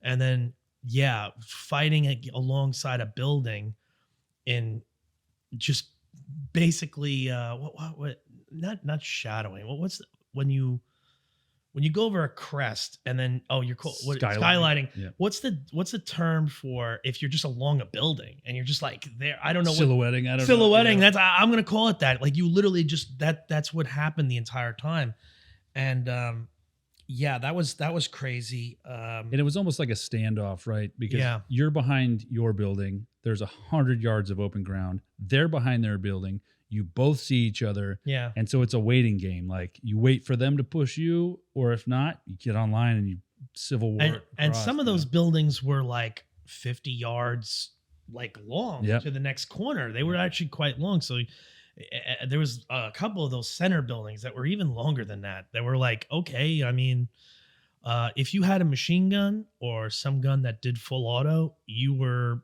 the king. Semi-auto rifleman, I was like, oh my God, the inconsistency of airsoft generally. I fared pretty well. I mean, Yeah. obviously, there's a bunch of things that were outside of BB war range, Yeah. but there were a fair amount of buildings where I was like able to. I mean, to be fair, I had to arc BBs, but I was Yeah. able to do it like accurately and reliably enough to kind of to help my Yeah. team.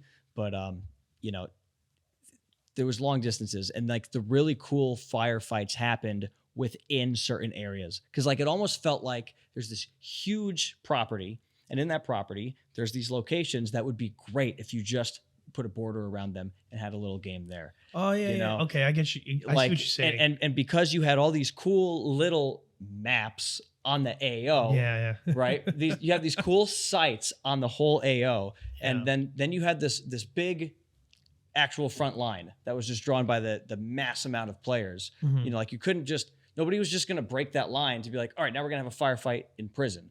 It was like, if you got to prison, it's because there's nobody else to fight because you pushed that line. Yeah. Well, it makes sense what you're saying, right? Because, you know, M.U.T.C is a training facility. Mhm. So they are intentionally segregating different areas for different purposes because for them, they can have multiple units doing multiple trainings at the same time, and they'll be separated enough where they're not going to interfere with each other. So it actually makes sense. But you're right. There's a lot of cool maps within the map, right?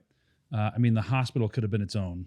That Yeah, thing the was hospital could have been easily. massive. I think if you really just did the hospital itself, you could. I think maybe do a 45 on 45 player game. Oh yeah. You know, like where you'd have a lot of movement. People could go from different levels and everything like that. So it would be like maybe less than 100 people game at that hospital, and you'd be fine. But like you really could push that up to more people in there. because there's multiple ways of getting in there and things like that. And, it's great. They had all the sophisticated stuff, and it was awesome when we were able to kind of do something, even if we cleared a cool building and there was no enemies in it, but we cleared it not knowing there was no enemies in it. Yeah. We still had, it was fun to clear it. One of the best firefights I had at the game was in Shantytown, which is basically like a little airsoft village with shacks. Yeah. And that was such a good firefight. And metal roofs, right? Yeah. All Yeah, that stuff, it was a good firefight because it was open enough to where it was like, this is like big, and it is a pretty legit shantytown with the down helicopter and some Connex stuff. But like it was within like BB range, and you were able to kind of use like the tree line around it and communicate and push up and play airsoft there. What's funny is that shantytown is basically, if we're talking about, east, west, and then the center, that's kind of on the north end of the east. So that's still within that crescent of playable area that's like conducive to airsoft, where that center part is literally where no buildings were in. They were in play as far as you could be around them. You could, all that, but you couldn't go inside them. So it just developed like, it was almost like big ass Jersey barriers that you couldn't like sit or crawl by or anything like that. Yeah. So it was like really difficult. It was almost like a game of how can we just push the map further by getting around these buildings. And then we would go for the aid stations and control points. Yeah. And,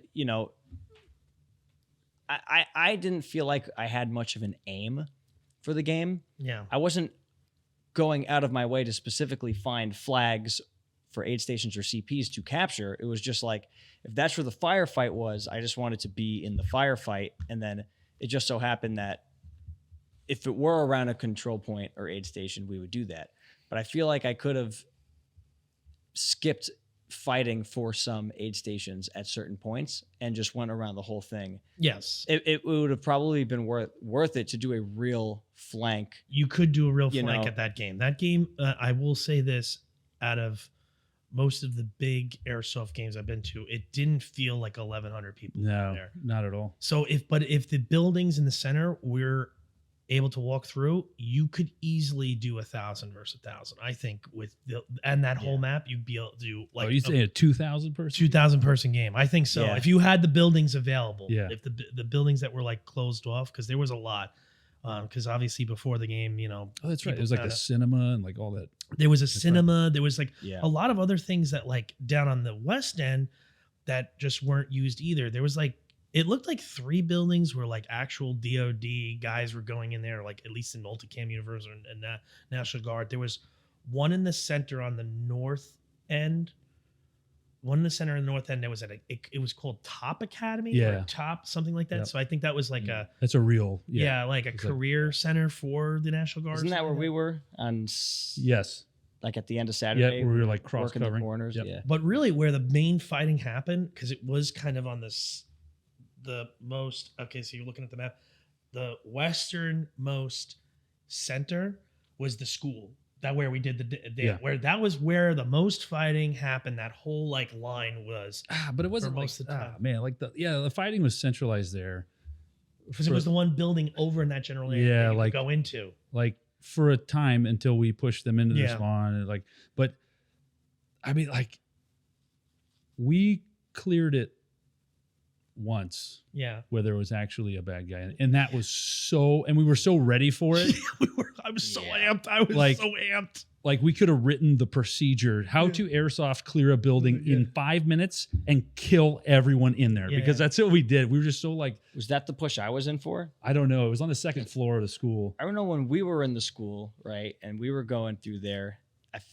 That's when I walked in and somebody dropped a grenade from the top of the stairs. I'm pretty sure that was a green. Oh, it was definitely the push because we were. There was up by like one bad guy in the back, and we were up by the shanty town, and I took my water and I kept filling it up with the little Kool-Aid like Miwu little water enhancer, and that became the joke of the weekend, Red Drink Rich. And I chugged it and I ran from that bridge, that little bridge near the mosque, all the way down to the school. I stopped at the tree for about 5-8 seconds, looked around and ran up, threw a hand grenade into one of the buses, and a guy was like, "Oh, I'm definitely not hit." And Sean threw another one or whatever, and he was like, "Yeah, man." Like admin's like, "Dude, you're dead, man." Like, and then I'm like, "Dude, I'm getting in this door." Got in the door, and then one of the guys from Massachusetts, Dallas, came in, and then we all piled in. We were ready for, like you said, an encampment of tan dudes where they were going to be in every little classroom, and there wasn't as many, but we were like, guys were like literally with their guns over other guys, and I was like at one point like just throwing hand grenades down the hallway. It was a clinic Yeah. on how to assault an objective in an airsoft fashion efficiently and quickly, because everybody was so ready for this. They've been waiting for this the entire weekend. Yeah. And this poor bastard at the end of the hallway couldn't even poke his head down because there were 16 guns firing. And going into the other rooms that were like kind of clearing, like ways, and like literally like shooting into little holes and stuff like that. And then frags coming up over the top. So we definitely from the first engagement, we definitely redeemed ourselves with that one. We were also amped up at that point because you, Tyler, Sean, and I were just like, we want to throw our pyro and haven't had a reason to. So it was like 20 fucking frags in that entire building. Yeah, Sean was like, I'm not going home with frags. Yeah, well, we drove his stuff home and there were still frags. Yeah. I will say this though, but we'll preface this with like, this is like maybe what, 5 o'clock at this point. Game started at 12, right? Or something like that. This is like 5, 6 o'clock because it's hard to tell because it's so bright out still. Yeah. If any AMS staff are listening, these are my thoughts and my thoughts alone. Please change your medic rule. Make it where you can buddy aid. Medics are silly because like medics, that's the whole game. So for people that are not familiar, you have to use an ace bandage. You get 2. Everybody has 2. And you can only be healed by a medic. And then after the 3rd kill, you have to go to an aid station or the fob. Yeah. Either or, whatever's closer. Not having being able to heal your buddies is the worst thing for airsoft, because I've been playing long enough to know that when people stop calling hits, it's generally, I would say, they don't want to admit that they got hit. Right? You're always trying to, like, people got to admit they got hit, and you're trying to curb that, and you're making it worse by making them walk another 3/4 of a mile to a little aid station to heal. It is literally silly, because I understand what you're trying to do. You're trying to limit people just doing human waves and doing silly tactics, but limit it to like maybe the first bandage is a medic, is a buddy aid or something. Because the medic rule is just, it is not good, because it makes people cheat. And that's what really happened towards the game. You started seeing people not call a lot. And I haven't seen that at a game in so freaking long. And what's funny is, like, on the last podcast I couldn't remember the last like problem really having problems like this, and it was that this game. Now it's not AMS's fault that people cheated. It's their rules and whatever, but it's also hot. People are upset that there's not more CQB, or like maybe like what you said, Anthony, like, oh, there's this one aid station in the center and everybody's just attacking it. It doesn't seem like I think you bring up a valid point, and this was like a perfect storm, right? It was a large AO spread out. Yep. 12 or 1,100 people, right? Yeah. And anytime you have an event with over 400 people, all the shitheads seem to like sign up. Yeah. And I'm not calling everybody a shithead. I'm just saying, the likelihood of it goes up. Yeah. Then it was hot. And now you're putting players in a position where they're walking from their fob because they got to reload, right? Yeah. They're walking from their fob. They're hot. It's the fourth time they've done it today. And then they get up there and they get all the way up back over their squad. They get shot and there's no medics around. Yeah. There's no medic. So what is that player more likely to do? Yeah. Either A, not call it, B, have a buddy heal him anyway. Yeah. Or C, sit there and bake in the sun and be a heat-caz, Yeah. It was a perfect demonstration as why buddy aid is important in airsoft. Keeps you in a fight. Yeah. It also creates little, like, I think you were saying this too, like little submissions, like, oh, my buddy's down. Yeah, we got to go get Anthony because then we can push up for it. I've always had that at, like, even the few games I used to run, like one or two local, I would because buddy aid wasn't really a thing. And then or medic, it was always like walk back to respawn. Yeah. And that's the problem, is walking back to respawn. Basically, that's what it was, walking back to respawn. Now, you could find a medic maybe, but you'd call out medic and like who knows who's who, and it's like a little patch, and it makes no sense. Like if they change that, to be honest with you, I think I would say for myself, like 85% of the problems, like, okay, the buildings weren't used, whatever, things like that would have been whatever. That to me brought down the game down, because it just made the flow into one giant pickup game that was unorganized. It felt like, because not that maybe the staff's unorganized, whatever, but then the players aren't organized, because now like they're like, who's the medic? I don't know. Oh, Billy, you know what? Billy already like he cast, or he's at the fob because he couldn't get healed by a medic. Yeah. It made no sense. The ace bandage thing, I understand, because it's a time thing. I wish they, obviously they're not going to use a competitor's thing, the tourniquet, but the Milsim West tourniquet is just fantastic. But at least it's like something. Obviously, it makes sense. But the buddy aid would have been so good, because, in my opinion, like there's little mission or whatever. But like, you know what? If you die in the middle of a thing, like, okay, now we have to make the push, and then we can get a little bit past that guy that died, and then I can run back and then heal him, instead of like going right to him and heal him, or heal that guy or girl. And like it just created frustration. And you could see it on both sides. We're like, what the fuck? There's no medic. Where are these people? Yeah. I have like two, I guess, contradicting opinions on that whole assigned medic situation. Okay. So one is this, to be opposed to it, right?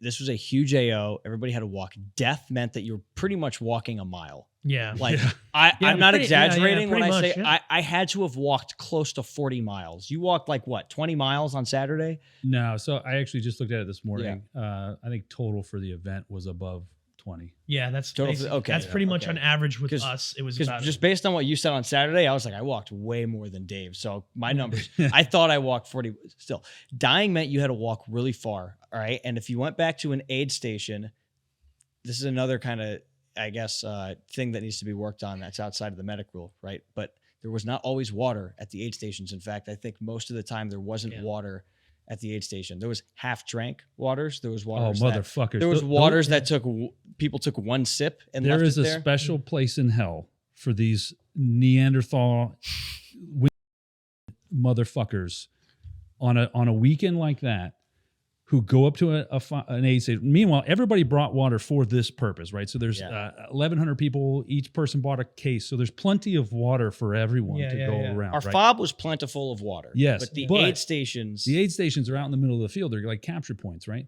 And these fucking whoever they were, on the hottest day of the year with the highest humidity, where people are like, we're actually concerned about hydration. These bitches drink 2 sips out and then they leave it there. Doesn't taste wasted. Doesn't taste good. Wasted. I mean, not a little bit.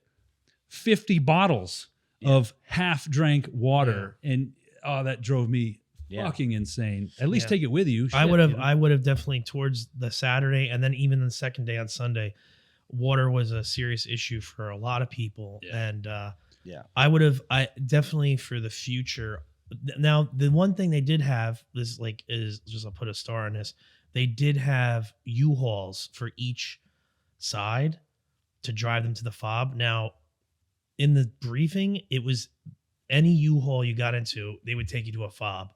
I think for the future, they should just make if they do U-Hauls for taking people to the fob and to the parking lot, just load anybody who's whatever. It doesn't really matter. Yeah. It's not, you're not gaining tactical secrets by like, we know you're over here. It's not a big deal. As long as that green guy doesn't get out and do some crazy shit, or that green guy in the tan area, then you're fine. And the U-Haul had a bunch of water in it. And it was Yes. picking people up close to aid stations, or was driving past aid stations, and it wasn't, and nobody was dropping the water off at the aid stations, and the water was there. There was But full this is, packs. Oh, but yeah, now they here's the weren't thing. out What of I'm order. saying is that one staff member should just be, because safety is the highest concern. Sure. So they should be, their only job, the whole event, is shuttling water from aid station to aid station. Yeah. That's all they do.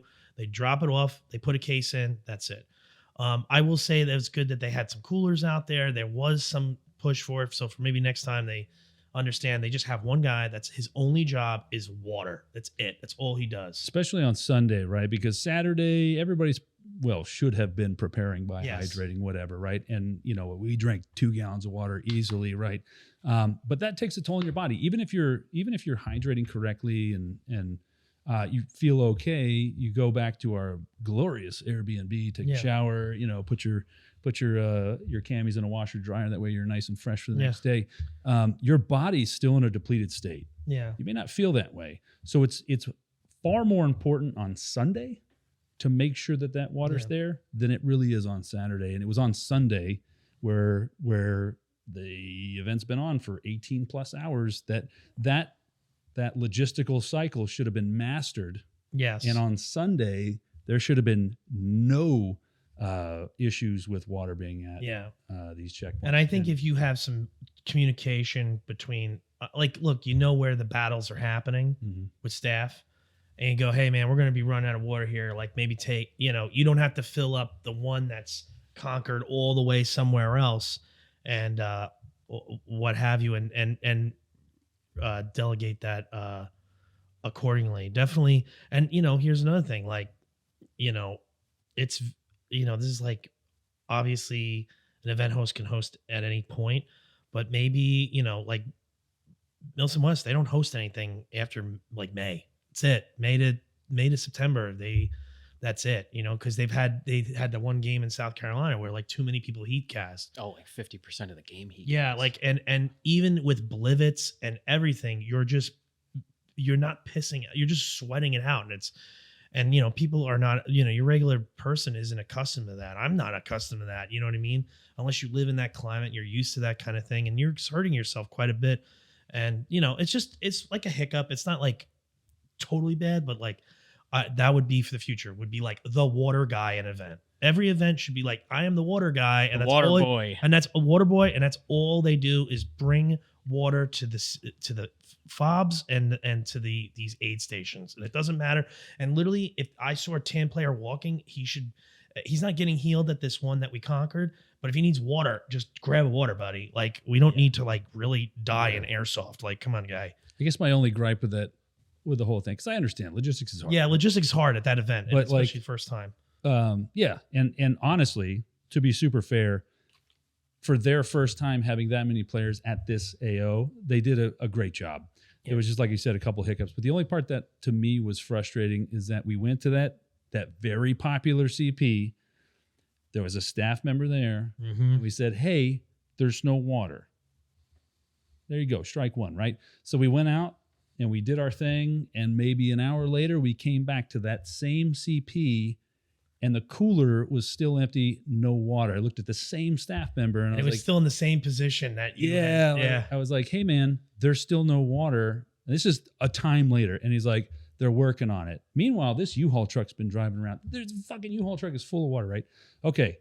Now I'm starting to get hey man, I have my emergency water in my fanny pack, but that's for emergencies. I kept 3 water bottles on me at all times. Yeah. Right. So I'm like, okay, we go out again and we all die. And I don't know, maybe 30, 45 minutes later, there's still no water there. Now I'm mad because I'm looking at it a little bit differently, right? I'm not just a player. Mm-hmm. I produce games. And so now it's creeping into the territory of negligence. Mm. You've had a player come up to you twice and I couldn't have been the only one. Yeah. Why aren't you on that radio or however you communicate? Hey man, bring 4 or 5 cases. Because it's right where the now. and it's the battle, and that place That was the central. right side school. It's the most contested part of the AO where the most battling was happening. Yeah. And just any person that's ever played airsoft be like, yo, dude, bring some water here. But maybe they didn't understand the severity of the situation. But I would hope that they do. Maybe next time they. I just think that that staff member, and I don't know who it was, white shirt. I don't know who it was, but that staff member should have been looking and be like, oh shit, we're out of water. Yeah. because I mean, chances are pretty good he's thirsty, right? Yeah. Like, hey, come, bring the U-Haul by and let's unload a couple cases. Yeah. And then when they don't, in 10 minutes, you get back on the horn. Hey, CP, whatever the fuck, we need water. And you keep doing that, and you keep doing that, and you keep doing that until it happens, or until it gets to a point where nobody's responding to you. So you go get water. You know what I mean? I feel like that should have been handled faster. Now, I don't know if that staff member even radioed it up. I don't know if he was just like, fucking airsofters, whatever. I don't know if he radioed it up and they just forgot or whatever. Yeah. But for me, through the eyes of a producer, where it's that hot, people have been playing for that long, and now this is Sunday, everybody's already depleted. Yeah. Like, this is when shit could go bad. Yeah. That water should have been there. Yeah. And then the third time I like picked the cooler up and was I just remember like- that. Yes. I was like, hey, like, what do I have to do to like show you? Like, Yeah, this and is he, important. and he gave you an attitude. well, he didn't. It was some players that are just like, oh, that water's not free. And I was like, yeah, no shit. We all brought water. Why isn't it here? Yeah. Well, it's like that's part of the system. It was they sent out an email and said, "Hey, everyone, bring 2 cases of water for your team to contribute." Yeah. So if all 4 of us were there, that's 8 cases of Yeah. water. We didn't drink 8 cases of water that I don't weekend. know. I think also. No, I'm saying like individually, we didn't drink. And also Yeah. the factor too is like, look, if you're gonna produce an event that's like $250, $275, and you realize there's gonna be so many people, it's gonna be hot, you might have to like logistically go to the beforehand, call the local Walmart or whatever, wherever you can get a pallet. crates, Yeah. pallets and pallets of water, and be like, hey fellas, this is what we're bringing. And then if guys got to bring it out to the FOB, cool, and like bring it out to the aid stations on Friday. Like I would have had those aid stations with coolers filled up and just kept bringing yeah, whatever, Because you have the time to, like Friday, players weren't allowed on the AO unless they were part Yeah. of the damn mission. Yeah.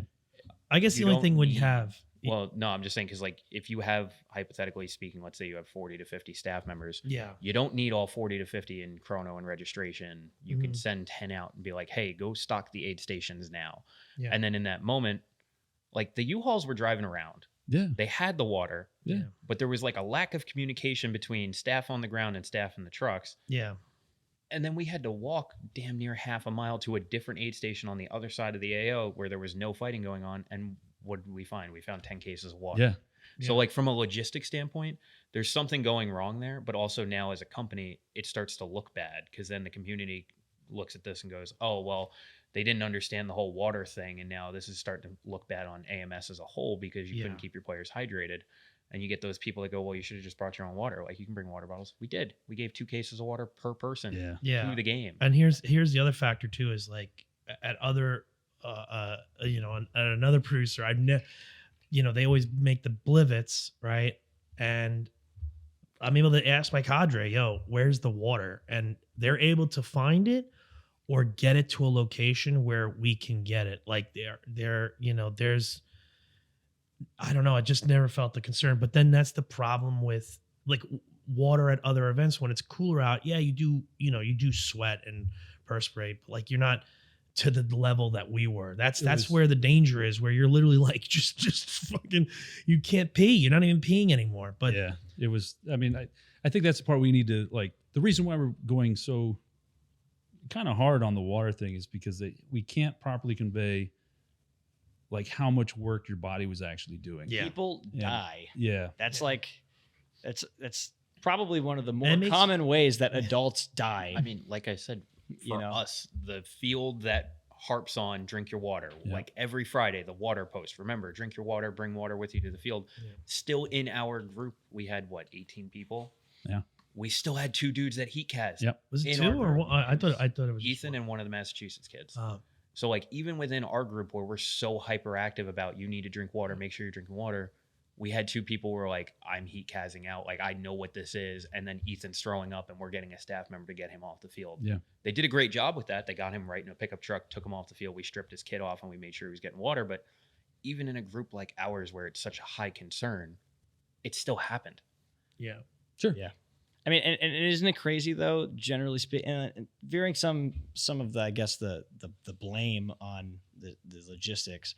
Just looking at the player base, right? Some grown ass men you're not thinking for your own safety to bring water. Like I was thinking the whole time, I need to drink water or I'm gonna heat cas or pass out. Yeah. Like, is it fucking forgotten common knowledge now? Just basic hydration. I think people just don't. Well, the thing is that And they're drinking fucking booze. You know, they're not really getting sleep. They're eating shit. Your body just needs fucking water. It just needs water. No. I need a case of Gatorade. You know, so on one hand, I need Mountain Dew. It's on one hand, I I need feel, Brondo. On, That's what on one plants hand, crave. I feel it's very much the responsibility of the staff to provide that water during the game. If the goal is to keep people hydrated and stay in the game, as opposed to having to leave the game just to drink, Yeah. and that's part of the event. That's part of the experience we're paying for. You know, if this were like an event that goes nonstop, Yeah. where people don't go to their hotels or stop to go to their cars or whatever, I feel like then it really should be more on the players. Like you're signing up for this more hardcore experience. Like MSW, you have to bring this much water. Yeah, they Yeah. have the blip, but nobody wants to fucking drink out of that. Yeah. I brought enough water for myself Yeah. for the weekend. Like I brought a fuck ton of water. But like I said, But for this event, it stops. It stops at night. You know, people. This is not that full weekend experience. This is very much you go on for a limited amount of time. There's these produced experiences that you get to be a part of. This is not that hardcore Milsim. It's Milsim, but it's not on the most hardcore end of the spectrum. Therefore, you have to imagine that your player base is not fit generally. You know, and that's another one. And that actually, it was a lot of the player base not being fit, and it was the real attrition rate of players walking off the field in the game that is one of my complaints with the game. Like there's young people playing, man. This is like they're playing an Airsoft game to play Airsoft, not really Milsim, and it just happens to be a Milsim sphere. You know what I mean? Yeah. Whereas Milsim West, I don't think anybody's going there expecting a casual pickup. You know? No. So to me, I feel like a lot of the responsibility is on also like the players. Like Sure. these are fucking So, grown adults, well, man. Well, but maybe they're getting what's the right word? Not misled. Conflicting ideologies, right? Because based on the rule set and whatever. How did you guys feel about physically dragging wounded? That's a terrible idea because there's multiple reasons why. One, someone tried to drag me, 250 pounds, and I had some guy that was like built like Anthony try to drag me, and I was like, dude, this is not gonna end well. You know what I mean? Yeah, I got real gear, but like I had a chest rig and suspenders. He actually did grab the chest rig and the suspenders that were like actually attached to my pants and started pulling me on concrete. And I was like, don't do that. Stop. Just stop, because it's just going to cause more injury. And then the other thing, you might rip somebody's gear. I think touching another player is a form of consent. You had mentioned that, and I didn't even think of that. I went, oh yeah, that's kind of, I'd have to be like, I'm going to drag you now. Like, yes, that's There true. were minors playing, and there are also like females playing. Yeah. So if you watch their instruction on how to drag people, there's a lot of Like hugging type like thing? wrapping around the chest. Like you're not you're not dislocating shoulders. You know, like Oh, there's a way that's to- what was going on. Yeah, but that went out That's the the window as soon problem. as they called But- the game on. Right. Yeah. But so they provided some instruction on how to carry people, but again, this isn't that hardcore experience. Yeah. Well, that's what I mean. They Yeah. might be getting, differing Right. ideologies because they read, everybody says, oh, yeah, but then they read the rules. They're like, fuck, Yeah. we got to drag people. So I dragged you, oh, man. and Yes, when you I did. dragged you by your plate carrier, Yeah. like your plates fucking almost broke your trachea.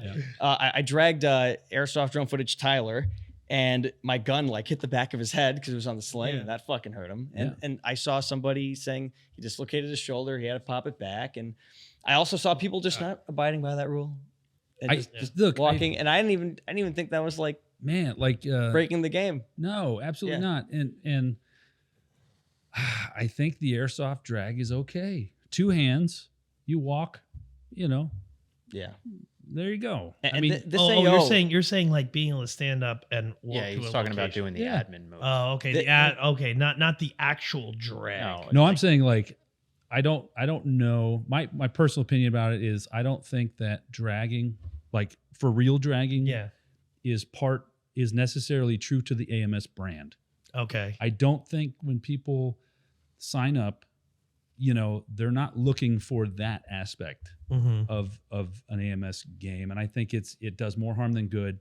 I got dragged twice, once by Hoffman and once by Anthony, and I was just kind of messing around with Anthony. I put my whole dead weight down. Yeah. Oh my gosh. I dragged you. Yeah, he did. But there was a point in the game I threw a medic patch on because their medics disappeared. So I was like, I didn't want to get a war crime for just keeping the game going because we didn't have a medic. So I said, fuck it, I'll be the medic. So, and in that time when I was medicing, brother, if I saw a guy that was your size down, I was like, you're welcome back to the fob. Yeah, exactly. It'll be good. Maybe when you come back, Yeah. you'll be light enough for me to drag you. But I'm not dragging you right now. I was not dragging him. You'll And lose some water weight. Yeah. yeah, dude, like, Burn off those calories. and also there's broken glass on the floor. Oh yeah. There was Yeah. there was that building, right? Remember that fucking manhole that had the metal grate over it? And you're Oh. like, no, don't step in the corner. And I stepped on it and started to seesaw in. Oh And I my was like, God. oh shit. Like imagine dragging somebody over that. And now you're both in this manhole, this big sheet of metal that was bridging that gap is now, it slides in and lands in after you. Like That jagged metal just, I almost think yeah. if there's an event like Ball Car, all in the woods, Yeah. I think dragging could be okay. Yeah. But anywhere where there's any sort of built-up structures, asphalt, glass, that type of shit, it's out the window. I died a couple times on asphalt, and dudes were like, "Let me drag you." I was like, "No, No, thank you. Don't do out. that. Yeah, I'll just bleed out. Don't worry about it. I'm not getting." Or dragged like if across you get the enough people to move forward and gain a position, then get the medic to heal me. Sure. I mean, this buddy aid would help. Yeah, And- buddy aid would and you know solve what? that issue. You know what? On the other hand, you buy these tickets in advance, and you really should be going on AMS's site and reading all the rules and Which we understand. did, which we and, did. you sign a waiver, and you understand that you are playing a game where you are basically consenting to this procedure of getting dragged. But I'm just saying that But people don't read. no, we all read. Yeah, but but also- I'm just saying I don't feel like it fits in with the AMS brand. Right, because it's not that type of hardcore. Correct. It's not just that not. hardcore Milsim. It's just Yeah. I don't even know if MSW tells you can drag. Yeah, you're supposed to. You're supposed to a little bit. By the rule of law. But I have. I've never seen- had because most people don't drag because you usually Same get thing. buddy aid somebody, or you move up and then buddy Well, aid them. The other thing there too is because the MSW tourniquet is so quick to put on Mhm. that the time it would take you to drag him into cover to then apply the tourniquet, just put it on right there. Yeah. Yeah, that's true. Yeah. I like that's the why ace I. bandages, That's probably. Oh, I think I have been dragged at MSW. I just haven't in a long time. I didn't Dragging think is about- required in the tax stop, but it is still essentially way easier to just buddy aid them on the spot and then get up. Oh, and it's go. dragging if you've already had a tourniquet on, or your last tourniquet, and you got to be dragged to the medic. You can't be like a water bottle thrown to you or whatever. Yeah, Oh, the medic, med- yeah, the the medic's medic has supposed to go to either you. hand it Yeah. to you. Yeah, the or medic's you supposed to have go, or drag you're the supposed to go. medic. Yeah. So like more times than not, nobody drags because then that's like another guy that's not shooting at everybody. You know, Yeah, you're better off just sitting there and just waiting. Yeah, I just don't know if it fits Their the brand. AMS Yeah, brand. I don't think And, so. I think buddy aids also would help prevent people from getting dragged. It would kind of. Oh yeah, it would necessity. eliminate a huge amount. because of now you don't want your medic to die, and Well- but then this started the whole medic discussion because I had another side of that coin, right? Where I was like, you have to like dying means you walk a mile. We talked about heat cas. Yeah. It's kind of dangerous to dragging everything. But on the other hand, when I was a medic, there was engagements I was in where I was separated from you guys. Where like, if there were buddy medics, there'd be like no point in even fighting because everybody would just immediately get back up. You know, even if they Well- had 2 ace bandages, like it was fun to medic people and know that like here's a pile of dead people. Like I'm gonna get this guy because he's a machine gunner, and we need a machine gunner because we need security because I need to Yeah. get more guys. So I And- think it's the happy medium, right? On your first hit, you can be buddy aided. On your second hit, you need a medic.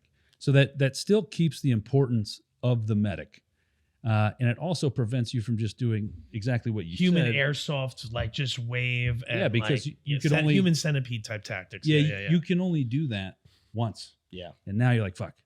All right, do we have a medic around? Because now when everybody gets hit, now we all need medics. So let's be a little bit more cautious, you know. And actually, that past weekend, it made me change a rule because we've been having this discussion all weekend. For Crossroads coming up, Yeah. shameless plug, but it's sold out. I had it as dedicated medics, and I actually bought patches for the medics and everything. I'm going to switch it so that the first death you can be buddy aided. Yeah, that's good. That's good. Because we saw it play out this weekend. You're like, man, that would be a lot better. If we I would definitely, it eliminates everybody. If I'm shooting at someone, they're shooting at me. If it's your first, you're just going to go, we're both hit. And then just like lay on the ground, go, and like act out your death. And then your buddy's going to try to heal you and you kind of laugh it off. But when you're not getting buddy aided and then you had to put your red rag on, and then it's like, well, I also feel like the people who sign up for medics, like they have it envisioned in their head in one way, but then they're either not physically fit enough to actually run around and do the job, or they're the type of guy that goes back to the car and eats hot dogs like fucking every 30 minutes. Yeah. Or just hangs like, out. Yeah, he's not nowhere to be. And you know what? The whole thing that they're trying to work around by having the designated medics and whatnot, like they already do that with the limited ammo. Because like you still have to go back to the fob eventually when you run out of ammo. Yeah. So and I feel like that does a good enough job at just like allowing there to be some attrition. Yeah. So the whole limited point ammo worked, and I was more than happy to abide by the limited ammo. I'm glad I got to use my own BBs. Yeah. And not just get issued whatever weight I got issued. So I really liked that. And I wish MSW kind of let you use your own BBs. I wish they would just standardize the weight, but that's a whole other topic. But Yeah. I think you're right. I think I thought about that rule before going, and I was like, oh, that could like pose a problem, right? Because it's a big AO, whatever. Yeah. But it actually didn't really come up, man. I never got to a point where I was like, fuck, I need to go back and get ammo. Oh, go get ammo? Yeah, nothing and, like and that. in fact, those really longer engagements where eventually somebody had to start moving up within BB war range. Yeah. Like the one thing that you had going for you is that they are going to run out of ammo eventually. Yeah. You know, people are going to run out of grenades eventually. Yeah. So it knowing that allowed you to be a little bit more patient in going in to do shit. Yeah, I will say a positive about that. That is the happy medium with people that are coming to like Milsim West issued ammo, which is a fantastic idea. But some people like want to use their own BBs or whatever, it's that type of thing. Whereas that there is a limitation on the ammo, but just on you at one time. You were able to have 7 magazines loaded, but it didn't matter what magazines. So like if you have an M4, you might as well get EPM ones, and you'll have That's what a lot of players do. and you'll have like 1,500 plus rounds, right? I was using the Tokenry MP5 and they were 72 rounders. So like I had to like make sure not to like count my shots, because that's not a lot of ammo. But Congratulations if you've made it this far. You've reached the end of episode 9, which is part 1 of the 2-part series for the breakdown of AMS. Stay tuned. Part 2 is coming out soon, baby.